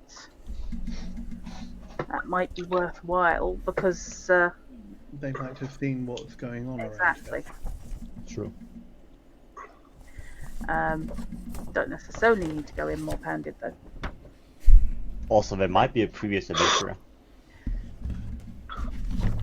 We are in the Adventurous Street area now, aren't we? Yes, you are on the borders of the area known as the Adventurous Quarter. So there might be something. They might have seen something notable since they're adventurers. Okay. Hi, Dom. That's fine. I'll sit out here on the street and keep an eye out for the passerbys and whatnot. I'll wait out here as well. Right. I was going to offer to wait outside, but a mob hand outside is just as... Just as the noticeable. Suspicious. yes.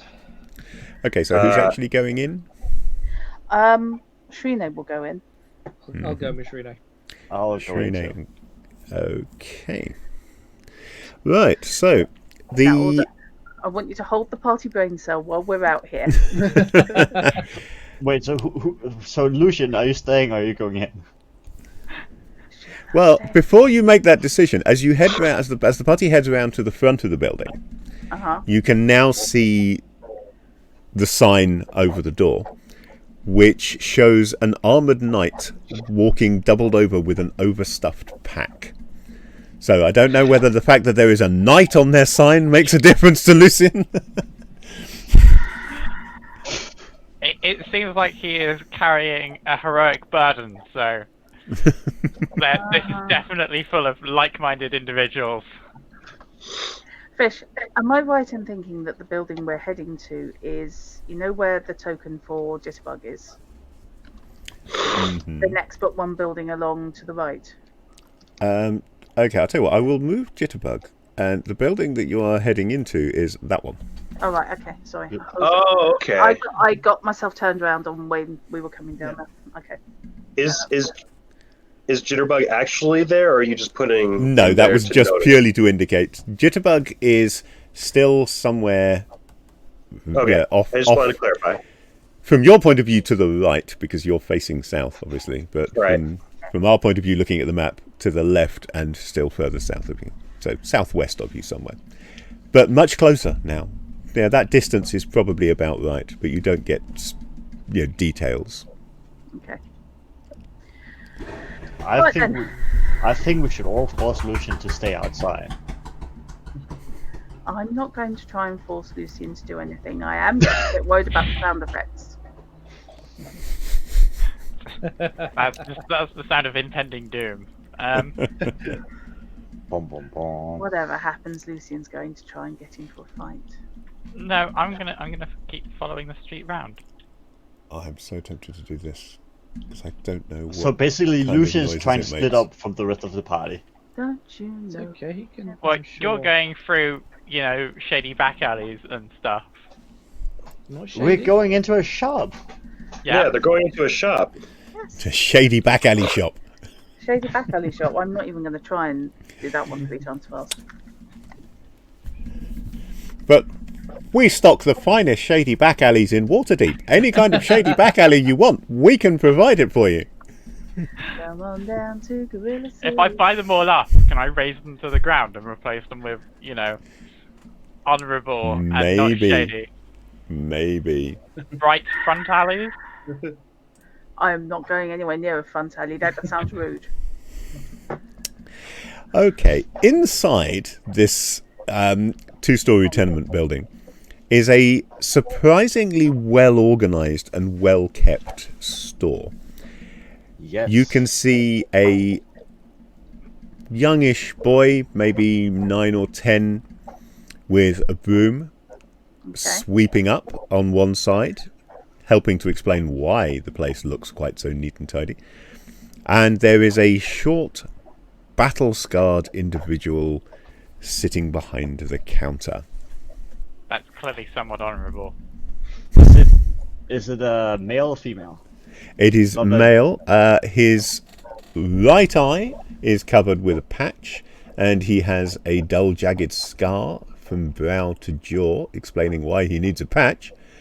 You can't see that because he's sitting behind the counter. And he, as you come in, he puts down a piece of wood which has been partially carved, and the knife with which he was whittling it as he places them down on the counter in front of you. I too have a scar of honour on my face. You do indeed. Yeah, but that was a crossbow bolt, wasn't it? Did he take an arrow? Can't remember now. Crossbow bolt that went straight past his face, doing like a hit point of damage, and he decided to start. I suspect Lucian was probably poking at it and rubbing dirt in to make sure it did.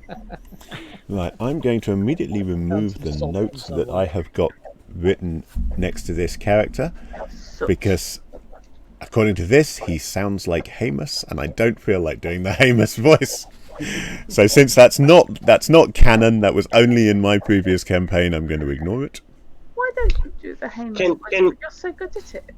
Can he sound like a pirate? He's got an eye patch, so I suppose a pirate would not be too inappropriate. So somehow we're in the Cornish sector of Waterdeep. Yep. So we're all on like Carbs and Shrene and Stephanie is in the shop. Is anybody gonna walk up to him? Yeah, Shrine will drift up to the counter. Stephanie will browse the. Welcome to Esimuth's. We got everything you possibly could want. What do you need? You look like fine adventuring types to me. And I can do you adventuring gear. We've got the finest backpacks, rope, we've got it all. Well, we did lose a bit in Underdeep, Undermountain, but... Undermountain? Oh, you would have lost in Undermountain. I could tell you some things about the depths beneath Waterdeep. Oh, many's the time I spent in Undermountain. I wish somebody had told us about them in advance, but never mind. Oh, you should always know. You should always know. It's a dangerous place, Undermountain. It is, indeed. Dragons living down there. I'd rather not deal with again. And again, she's not doing the mimicry as in taking the piss. She is slipping into the same vocal patterns as him. She just mirrors, basically. She mirrors, yeah. It's an ingratiating tactic. So, it looks like you've got a nice place here. Well, it's not the same. I mean, given a choice, I'd rather be down in Undermountain, facing the peril, fighting all those wonderful creatures there are down there. It's just, the heart pumps, the blood rushes. Aye, that's what it's all about. But alas, and he turns at this point and steps out from behind the counter. And you see that in addition to the missing eye, his right leg stops at the knee, and he has a wooden so he peg has leg taken an arrow to the knee. carved into the rough shape of an owlbear. Is that an indication? I can't really do the adventure in life anymore. Oh, mate, you have all my plaudits then for making it back, needing that kind of work. Well Wow. done. So, you see around. I'm gonna sort of look at what he's got and stuff. And while I'm It is a very well-equipped store. yeah, while I'm examining, and I'm not doing the pick up stuff and attempt to try and pocket it or anything like that. Yeah. I mean, I suspect this trip's going to cost me. Just out of interest, you seem to have your finger pretty much on the pulse of this sort of place. If you saw less than savoury types come down and possibly bad intentions in mind, do you think you could would know them if you saw them? There's as an always experienced unsavoury adventurer. types in Waterdeep. No. There's unsavoury types anywhere you go. That's one thing that I can teach you. If you're willing to listen, and I would advise that you do listen, because I'm a man who's seen a few things in my time. Seen a few things and then lost the ability to see some of them.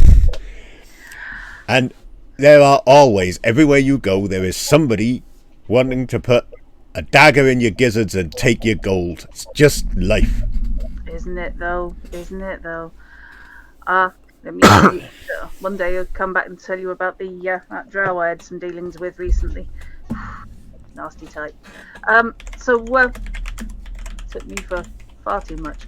So Drow can't be trusted. I'm gonna pull out the miniature. I don't think anyone's taken it back off me. See, the unsavoury types might be with this young lady. Now, she seems to have fallen into some bad company, and her dad is a little concerned about her. I can understand Very that. much like her to come home and stop hanging around with the wrong crowd. Pretty little lass like that could get into a lot of trouble in a place like this. Well, I heard her, maybe her boyfriend were down around here. They might be looking to cause some trouble, take some stuff away from some law-abiding types. I suppose you've seen, he'd be probably just another ne'er-do-well, but she's possibly stand out a bit. Can't say that I've seen any trouble here. But you might want to ask around. I would suggest, in particular, you head down and talk to Travis at the Safe Haven. Safe Haven? Aye, that's the inn. Which I've already marked on the map. Yeah. You just head straight down from here. He'll give you directions. I'm not going to. The map, the actual map does not quite match the one that you have in Fantasy Grounds, I'm afraid, because this map was pre-Time of Troubles, and parts of the city took a little damage during the Time of Troubles, and have been rebuilt. When gods have the odd Yeah, so this area here is not. It's close, but it's not exactly as it looks on that map. But he will give you directions down to the Safe Haven. Now, Travis, he's another adventurer. See, he's an old hand like I am, and he keeps a weather eye out for trouble. So if he hasn't spotted it, his wife will have done. I'm always respectful of experience. What was this guy's name again? This guy, Essimeth. Essimeth.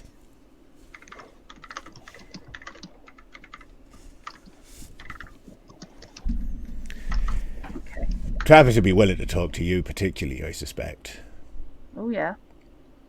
Well, you share a heritage. Oh, fair enough.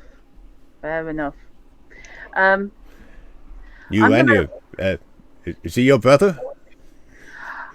Friend, companion, colleague, fellow survivor of the deep. It's a pleasure to make your acquaintance. Thank you. I'm looking for rope. Well, we can certainly do You you rope. Do you want hemp rope? Do you want silk rope? I'm looking for good quality, strong, lightweight rope. Good quality, strong, lightweight rope. So you'll be looking for silk rope then. We've got some of the finest silk rope you could possibly hope to find. Now, forget that. You don't want that. That's just ordinary rope. Now, what we've got over here, and he rummages around for a bit and he pulls out a rope. Looks much like the other rope at first glance. Now this came all the way from Evermeet, this did, and this is some of the finest rope that you can find. And he hands it over, and as you look at it, you can see it is indeed particularly well woven. It's nice. It seems nice and strong. And it's good. It would cost you probably more than standard rope, but yes, this is high quality rope. Yeah, I am particularly looking for high quality rope, so I'm expecting to pay more than standard rope. Okay, let me just check the price lists for rope.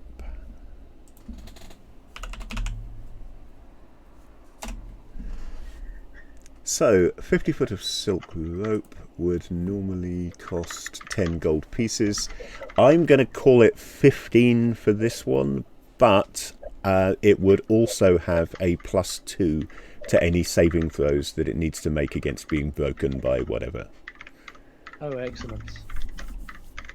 Nice. Very well worth the 15 gold. I'm not even going to try and quibble or barter. I shall reach into Must be my nice smaller to have purse 15 and gold. hand you 15 gold. I had a lot more than 15 Hey. gold. Then I had to pay the damn drow. It's not their fault that they didn't feel that you would have taken your share of the loot. How much do I actually have? Let me That's the point. I need to deduct that 5 gold from my.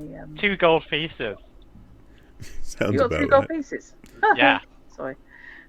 Gold pieces, Lucia Nineheart 2. Yeah. Yeah, I've just updated mine to 95. I'm trying to remember how to update my equipment list to. Fortunately, it's. I tell you what I will do. I will just drag the item from the items list to Kalp's equipment, and that will add you some silk rope. Thank you. This is a nice shop. I'd like to come to this shop more often.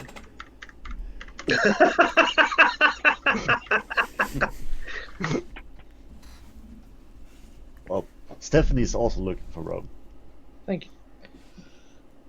but Stephanie's looking for a different kind of rope.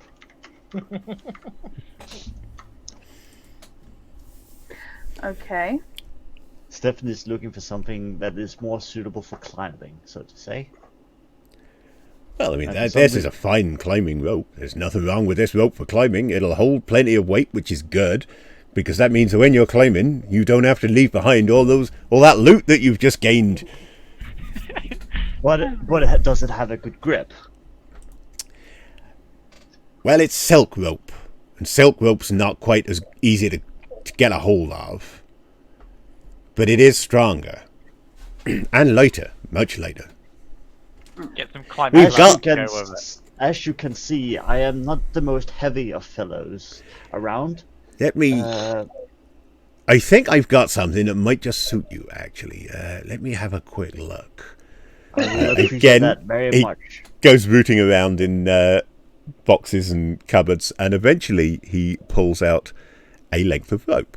It's not as big as the coil of rope that he sold to Carps. It looks to be maybe 25 feet long instead of 50 feet long, but every few inches it's been knotted. Now this here, somebody put a lot of work into doing this. These knots make it much easier to hang on to. So it's not as long, I'm afraid. I don't think anybody really is in a hurry to knot 50 feet of rope. But there's 25 foot of rope here. This is much easier to climb. And I can sell you a grappling hook to go on the end if you want. Ooh. How much would that be? Well, tell you what I'll do.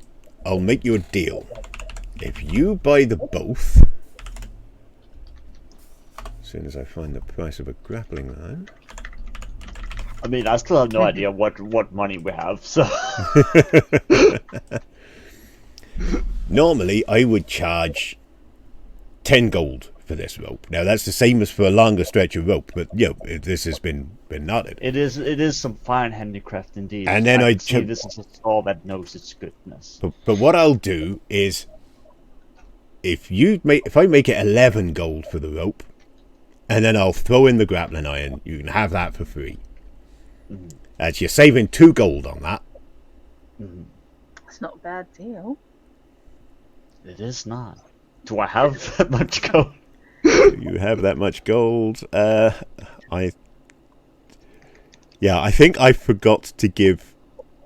Yeah, we just were over it before. I forgot to sort out Stephanie and Stephen's money. Let's have a look. Yeah, you've got inventory items, but I didn't give you any actual money. So I'll tell you what I will do. Roll 3 6-sided dice. If you're doing it in Fantasy Grounds, you can do that by clicking on the D6 to pick it up, and then while you're holding it, right-click to add another D6, and then again to add a third one, and just throw that. I've done that. Sure, just roll all 3. So just roll the 3 of them. So there you go. You have currently got 10 gold pieces, which is just shy of the 11 that you need to buy this rope. If only you had companions with you who look like they might have a bit of money in their pockets. Stephanie walks up to Carbs and asks him for 1 gold, because Carbs looks like a man of fine ropes like her. I mean, you could have totally taken advantage of Lucian by talking about how it was for a righteous cause. Wait, but is Lucian inside the store? No. I think Lucian stayed outside, didn't he? Yeah, I think he did. Yeah. I had to wait outside. Lucian's pressing his nose up against the window. Going, got good things in there. It's like an urchin at a bakery. Oh god, I have that image in my head now. Any minute now, somebody's going to throw open a window and yell down to Lucian, "What day is it?" Dog wind down pat. I'm really considering trying to go outside to get to get the last gold card from Lucian now. I only have 2. I only have 10. You only need Having me a pass by well. I don't know what the problem is, Robin said. So you only have 2. He only needs 1. Well, the awkward thing is, if he asks, I literally can't decline. Yes, there's that whole generosity of spirit thing that I'm sure is part of being Lucian. Yeah. It's not a noble quest, so you possibly can say no. What do you mean it's not a noble quest? It's a piece of rope. There's nothing more noble than a piece of rope. If he can convince you it's a noble quest, then yes, you have to perform it. And cheerfully, no less. I shall hand the gold across to the shopkeeper. Actually, you might have to give it to him, thinking about it. Yeah, thank you for doing that, but I was just realised, if it was Stephen, then no. But must show courtesy to all ladies, so long as he's Stephanie. Oh, that's sneaky. Wait. Well done. Okay, so Carp hands over the the extra And then gold. Stephanie, you owe me a gold. I thank you, sire. It is very appreciated. And again, I will just drag the grappling iron, and now I've got to find the rope again. Right, I'm going to need to adjust this once I get it there, because this is going to be, again, silk rope, but it's only 25 feet, so let me just do that. And indeed, we should perhaps say knotted. Alright. Where's the money so it could be put to 0? The money is not currently there, so we can just leave that. We just don't add it on. It was never there in the first place, so it's still not. Also, just asking, the pasties, they don't go in the inventory, right? I think the pasties have been eaten, haven't they? And or have you still got? There's still 2 left to Stefan. Okay, right. Well, let's quickly run through this. On the inventory page of your character sheet, Yeah. If you right-click, Yeah. will it let you add if you right-click? Yeah, if you right-click on the actual, if you right-click on one of the items in your equipment list, then the radial menu that comes up, the bottom item is create item, which will let you just create a new line, and you can type whatever you want into that to give yourself a pasty. Wait. The number in the box at the beginning is how many. So if you've got more than one pasty, you can click in that box, put the appropriate number in, and then write pasties in name.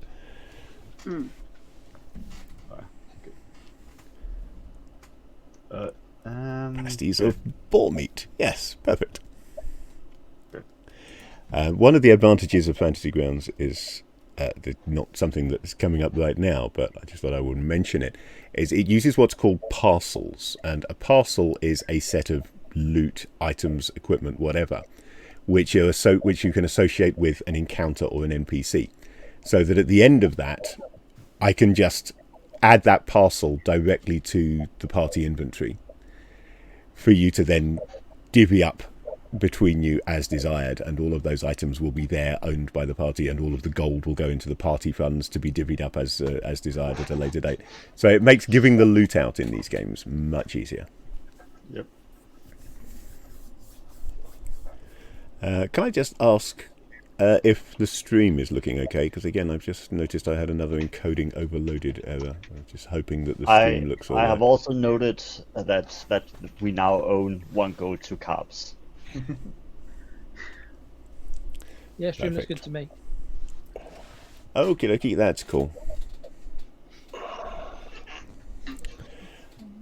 So, anything else that you people want to buy? Because why should you go about adventuring and completing your quest when you've got a shop distracting you? I told you, didn't I? I said give everybody a chance to shop today, and you'll be absolutely that'll fine. be it. Yeah, don't need plot if you've got a shop. Yep. Unless the shop is the plot. Yeah. Unless the shop is the plot, yes. The 2 best dressed people here didn't need to shop. Yeah, but what about you? Sorry. I mean, I'm wearing a really awesome shirt. What are you talking about? Oh. Okay. I'm not going to actually buy anything because I don't think there's anything I really need particularly. Vishrine. I mean, she's got things to kill people with, things to put things in, mask, stuff like that. Yeah. So I think she's probably okay. But once they finish shopping, because it's useful to have a contact and spend money with them to keep them happy, she's going to head out. And the others, he's got halfway decent prices in there actually. If anybody feels the need to do spot a top up, we could be in a worse place. But apparently the Safe Haven Inn might have some info for us on the comings and goings. We need to talk to Travis, possibly his missus. Good to know. This entire time, Nob has just been munching on dried figs, offering them to the other 2 that were sitting outside. He's got 2 pounds of dried figs on him, so. Oh well. That's going to lead to some yeah privy moments. Yeah. Yes, I don't want to be privy to those moments. Thanks. Andra nibbles on one to kind of like remove the taste of the water Davian pasty.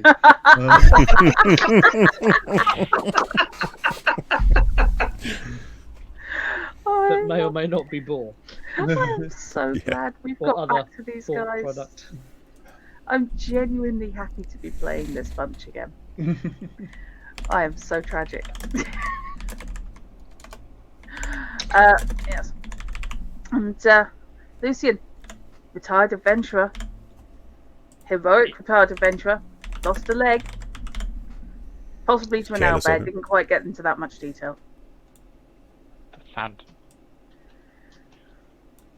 Does like Lucian a tale worth knowing. Does Lucian need to make a will save to not go running in? Compulsive shopper. Okay. Compulsive shopper. What, with all that 2 gold? What was he gonna buy? Yeah. You can buy some carrots for your horse. Yeah. Mate, I've So- gone to Harrods on occasion with not the required amount of cash in my pocket, and you just wander around, look at it, and buy the cheapest possible key ring you can get to get the little bag that says I've been to Harrods. Yeah. Besides attempting Real to complex. tempt Lucian into spending his last 2 gold in all the world, We just call them Rolos at this point. do you have any particular plan at this stage? Because we're getting to the point where we want to be finding an end to the stream. Yeah. Not I necessarily reckon- straight away. If there's something you want to do, we can do that first. But if not, if you want to make a plan and call it a night there, then that's not unreasonable. I I think, suspect we get to the inn Yeah, and I call think it a we need- night there. yeah, I think we need Yeah. to go to the safe haven and have a chat with Travis, because I can, if nothing else, do the whole was having a chat with Esmith, and he said you had your finger on the pulse. Yes. Okay. And in terms of that plan, once we get to the inn and get set up there, I'm actually going to go and try to locate where my where Jitterbug is, and try to maintain distance and just spy what Jitterbug might be watching and what's going on. Okay. Right. But I want to make sure I know where everyone is before I go. That and makes I sense. would suggest Carps is a logical person to go with you. Yep, I'm quite happy to go with on that one. Yeah. As you leave Esmith's, the building next door, you notice, is a row house. It's basically a tenement boarding house type arrangement. It looks a bit shabby, but does have 2 signs outside the front door. One fixed to the wall reading Temple of Good Cheer, and the other wooden sign hung underneath it on a hook which says Rooms for Rent. You can carry on past that down towards the safe haven, which is a new looking 3-story stone and timber structure. It's one of the tallest buildings in this part of town at 3 stories. A large wooden plank sign swings in the breeze at the 2nd story, with the face covered with 5 runes. Don't know that any of you know Elder Runes or Harper's Marks. Or I indeed, if don't. anybody knows Okay. Elvish or Dwarven. I do have. I can. I mean, read obviously, my- Onsio knows everything, but... Well, it's somewhat because I can speak a lot of things. I don't necessarily know how to read Yeah. them. I can read Death Echo, so Dwarven runes are things that I can read. Yeah, okie dokie. So, Onsio can certainly figure out from the ones that he can pick out and the similarities to other things that he knows. It looks like all 5 runes are different languages for the same thing, which is the mark for a safe haven, Okay. as would be suggested by the name of the inn. How does the skill read languages work? Is it only with languages that I know, or is it my ability to comprehend the written word in any given language? The thief skill, read languages, is effectively an ability to try and comprehend anything. Yeah, you can make a roll Okay. against any language. If you know a language, you don't need to roll. If you know how to read and write a given language. But if you don't, then you can use the thief skill, or bard skill in your case.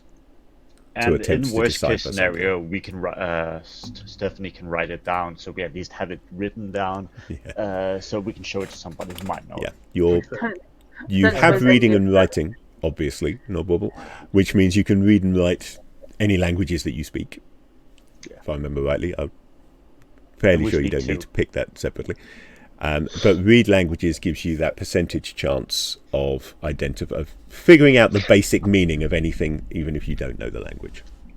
I love that we have a priest of basically languages, and then we have a professor who understands how languages work. It's a good typical adventuring party. You've focused on the important adventuring skills when facing off against orcs, drow, and dragon, which is languages, rope. I know how to read and write too.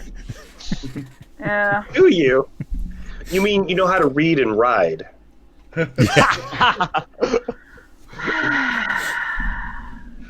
At the same time, too.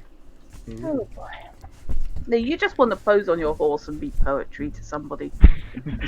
Reading their life. So it's that say that moment like it's where a you know the bad thing. messenger strolls up on top of his horse, unravels the scroll, then starts giving the declaration of whatever it is. To I, Lucian, declare that me and my noble steed. We'll save this town from the horrible beast that Yeah. eating your A children. picture of the safe Yeah. haven. Yes, we do have a picture of the safe haven. Now, one of the things they did with this box set is they actually built the Adventurous Quarter. And Oh. the map is made Photograph, entirely of wasn't it? photographs of what they put together. So that, I hope, I can't see it now, is the Yep. Safe Haven Inn. It's the larger building there that is a floor higher than the ones around it. That is so, So that's cool. roughly what it looks like. Where is it on actual map? On the actual map, it's the one with the little blue circle around it. Oh yeah, okay, sure. Brain fart. I was thinking about where the inn was. The safe haven inn. Yeah, That is the The safe inn- haven inn. the Oh, inn is the sorry. building that I Wow. put the circle around, yeah, because I thought I'd marked that as a focal point for the Adventurous Quarter. Is this The- place going to become like our unofficial player HQ? That's So- entirely up to you. I've got all the maps and detail on the place. If you want to hang around here a lot, it makes me, yeah, saves me from creating somewhere new. If you don't want to hang around here, then don't. Is it There's pricey? n- I think what Fish pointed out about the building next to the equipment shop being an inn of sorts was because the inn that we're going to is probably a tourist trap and super expensive. That's fair. I was really just pointing it out because you were stood there, and there it was. So I thought I'd mention it. I mean, if you really want, I can give you the next a couple of the other buildings as well. So to get here, you have come past a clothing store. You've also come past a walled-off private residence with 2 tall towers. The building itself only, I think, 2 stories high, but there are 2 towers off the top of that, and the whole thing is walled off. So whatever that building is, they don't want company, it would seem. Next to that is the local watch guard post. That was as you came down from Weeping Maiden's Run. That brought you onto Grocer's Lane, and from Grocer's Lane you cut round past a silversmith's onto Snake Alley, then past another quite imposing looking mansion consisting of 2 main building portions and a courtyard in between them, but with a courtyard walled off. So the building itself not separated from the street, but with its courtyard nice and private. This is definitely an eccentric town. Into Kerrigan's Court, which then led you through to the bottom end of Slop Street, and to get to the Safe Haven Inn, you headed back up around Slop Street. Unless, actually, Drut, because you're the one who actually knew about the Safe Haven, make me another Waterdeep lore roll. There are other skills available that you will never roll. Whoa, shit, hello. Oh, that was a 1. I'll put up with dropping my die there. So yes, made it by 13. Right, in that case, you didn't take that route at all. Oh, right. You cut down the other side of the impressive building with a tower on it, past the stables, and through a back alley to the back entrance to the Safe Haven. Oh, okay. So much easier way to get there from where you were. But you needed to know where that back entrance was to be able to get in. Otherwise, you'd have had to go all the way around to the main entrance on Slop Street. Uh-huh. Okay, I will take us the shortcut then. Sounds It's the good. shortcut, shady. It's not Shaded. shady, it's shaded. It is quieter, it is cleaner, and it's less busy, and we're going this way. Oh, like there's no room for it all, is there? Apparently not. So I'm not negotiating. So the small door at the back, it's actually on the side rather than the back of the Safe Haven Inn. Still has the same sign hanging above it with the 5 runes on it. Leads in to a quite well appointed looking room. You come in directly in between 2 what's the word I'm looking for? Gosh darn it, I can't remember. Sort of cubby type things. Either side of the door, there is a partition wall, and then there's a table with benches. You don't see that till you actually get in past the partition wall and look backwards, obviously. Then there's a large open area with maybe a dozen tables scattered through. This is a big place. Yeah. An impressive fireplace to your right as you're coming in, and to your left the bar curves round, looking well maintained and well stocked from what you can see as well. And then in the far side, beyond the tables, you can see more private booths. That's the word I was looking for when you came in through the door. I was thinking booth, but I didn't want to. How much? So yeah, there's about a dozen tables plus maybe half a dozen booths with tables in this place. It's got plenty of room for a lot of people. And behind the bar, you will see one of 2 people. Let me decide. Is it a bugbear? Which one. No. Funnily enough, It's a carrion it for is I not. promise, come back.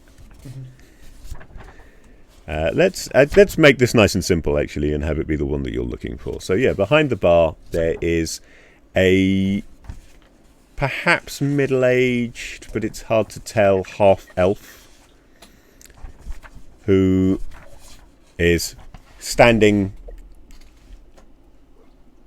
chatting to one of the patrons, because there are a half a dozen people scattered around here at the moment. He's slight, fair-skinned, with shoulder-length brown hair, and he is dressed entirely in shades of blue. Okay. Everyone has an eccentric fashion preference here, don't they? If you live long enough to become a retired adventurer, the odds are you can afford a tailor. The chances are you've acquired enough coping mechanisms that you will have an eccentric sense of something. Yes. Yes. Yeah. The blue makes me calm. The blue makes me calm. It's all fine. Okay. I'm going to walk up to the bar.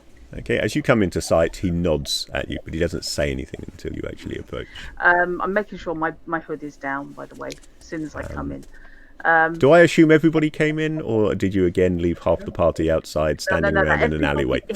I'm definitely going in, duckling regardless principle. of what everyone else is doing. I'm going in.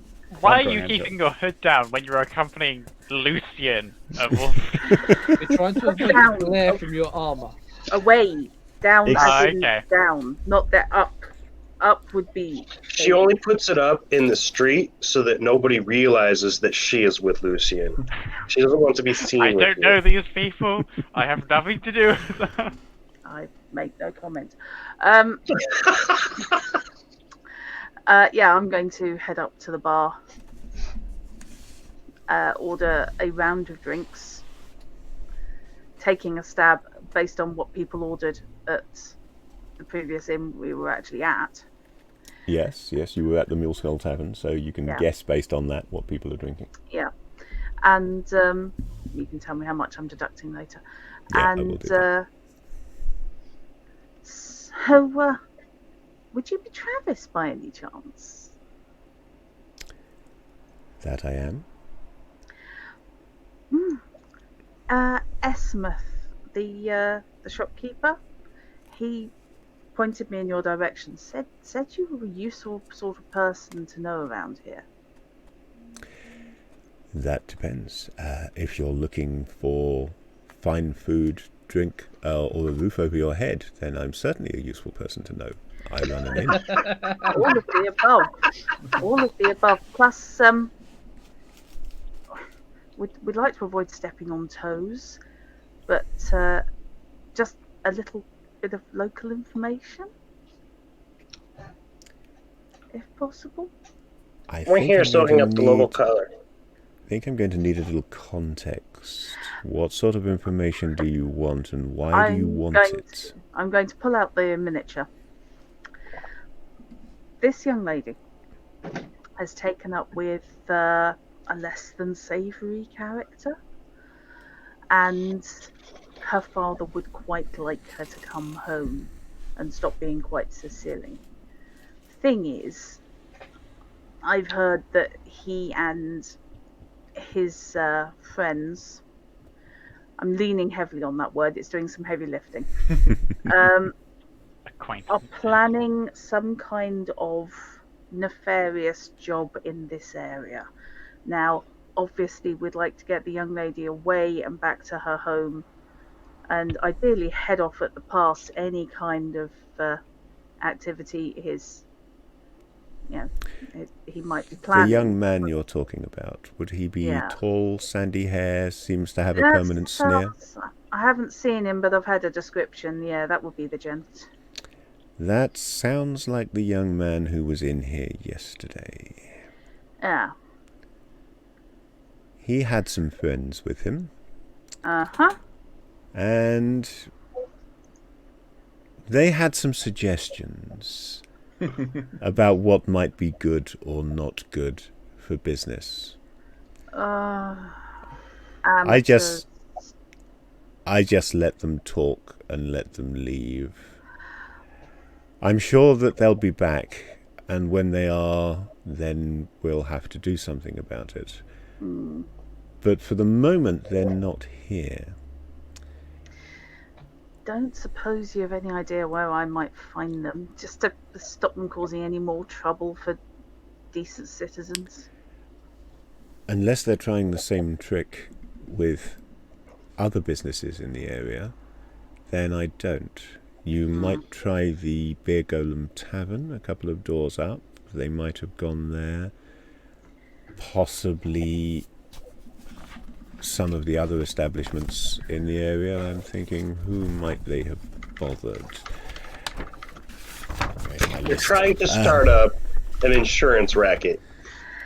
Yeah, I think they may have bitten off more than they can chew.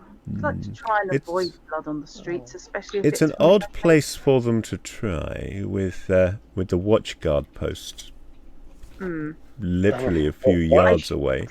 I did hear that they may have either paid for or arranged for some watchmen to look the other way. Did you? Now I'm becoming interested. You are clearly a group of adventurers. Trying to be. One has only to look at how ill-fitting you are to realise that you're not something official. I'm going to glance around and just go, yeah. I'll take that as a compliment. Thank you. So, I mean, I'm fairly certain that I wouldn't associate with these people otherwise. I mean, we're clearly all rope weavers, at least 3 of us. That's why we're carrying ropes. this being where I live, I have an interest in the way things are run here. And if there is some degree of ill doings with the local watch, I would be fascinated to find out. I would be willing to offer a reward for conclusive information. Well, in the interest of being a good citizen, I would be more than happy to seek out any information in that regard. We all would. If you Ask can how much find... the reward is. If you can find who among the watch this young man's contact is, and how far his influence extends, and bring me proof Absolutely. Then I could probably see fit to... Let's see, shall we say 300 gold pieces to split between you? That would be very generous. Sir, you are a man of breeding and achievement. The latter, certainly. Sir, So a I've heard. question for you. Given that they have visited once, and it is likely they shall visit again, would you be interested in hiring, for want of a better term, a shop assistant who may well be versed in the arts of skill at arms to try and dissuade them from any action? Well, You're getting blood on your own floor. to be honest, we already have such. I'm not unfamiliar with weapons myself, nor is my wife. And we do have a couple of fellows who serve to keep the rowdier element under control on busy nights. I suspect that these gentlemen, I say gentlemen, these individuals had something more subtle in mind. I expect them to return and press their case, but I don't expect them to make trouble directly to my face. There's something you might find interesting. One of their band is a halfling. A halfling girl. She masquerades as a human child. Seems to be used as a lookout, passing unnoticed. Who looks at the kid playing on the That's street. interesting, yes. I will keep an eye out for her. Mm. Sounds like a good way to watch the building. That's what I was thinking. In the meantime, maybe arrange lodgings. Certainly, I think we may be here for a night or two. That would be my absolute pleasure. Okay, And I think that is probably a good place Yep. to leave it. Yep. I'll try and get the map of the inn into Fantasy Grounds before the next session, because I've got the map, but they didn't see fit to give us digital access to this particular product, so I'm probably going to have to photograph it or something, Yeah. or Got the scanner, redraw it. haven't But photograph is more likely. I'm lazy. Yeah. Fair. I mean, it would be easy. Yeah. Do you have a scanner? I do not have a scanner. No, Okay. you have a scanner, don't you, Drat? Yes, I do. Yes. I have a may. scanner too. I I may have a scanner darkly. fiddle lockdown slightly and drop a map to you on my way to work sometime next week. That's fair. That's fair. I mean, if nothing else, you have a key, and I can maintain 2 meters distance within the flat. That's true. Okay. Right. So yes, thank you for playing, everybody. I hope you enjoyed that so far as it has gone. Thanks for having us. Actually, really enjoyed that. That was nice, reminding myself how the characters work. I didn't mention it at the time, but you did pick up a couple more brownie point dice over the course of that, just for generally being amusing. For generally being amusing. That's generally how I give it. I mean, if you do something impressive, you get brownie point dice for that as well. But the most common brownie point dice are given out just for being amusing, making the GM giggle.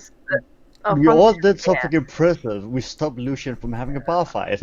Yeah, our That. function is as dark dancing monkeys performing for the amusement of the games master. Me. Yes, That that's is the way it what works. Hey, And thank you, For everybody. yourself, I am a gnome, and I did not come from monkeys. We were Thank born you from also rocks. to the people watching. Thank you for watching. I hope you have enjoyed it. Next week, I believe, is it Eclipse Phase next week?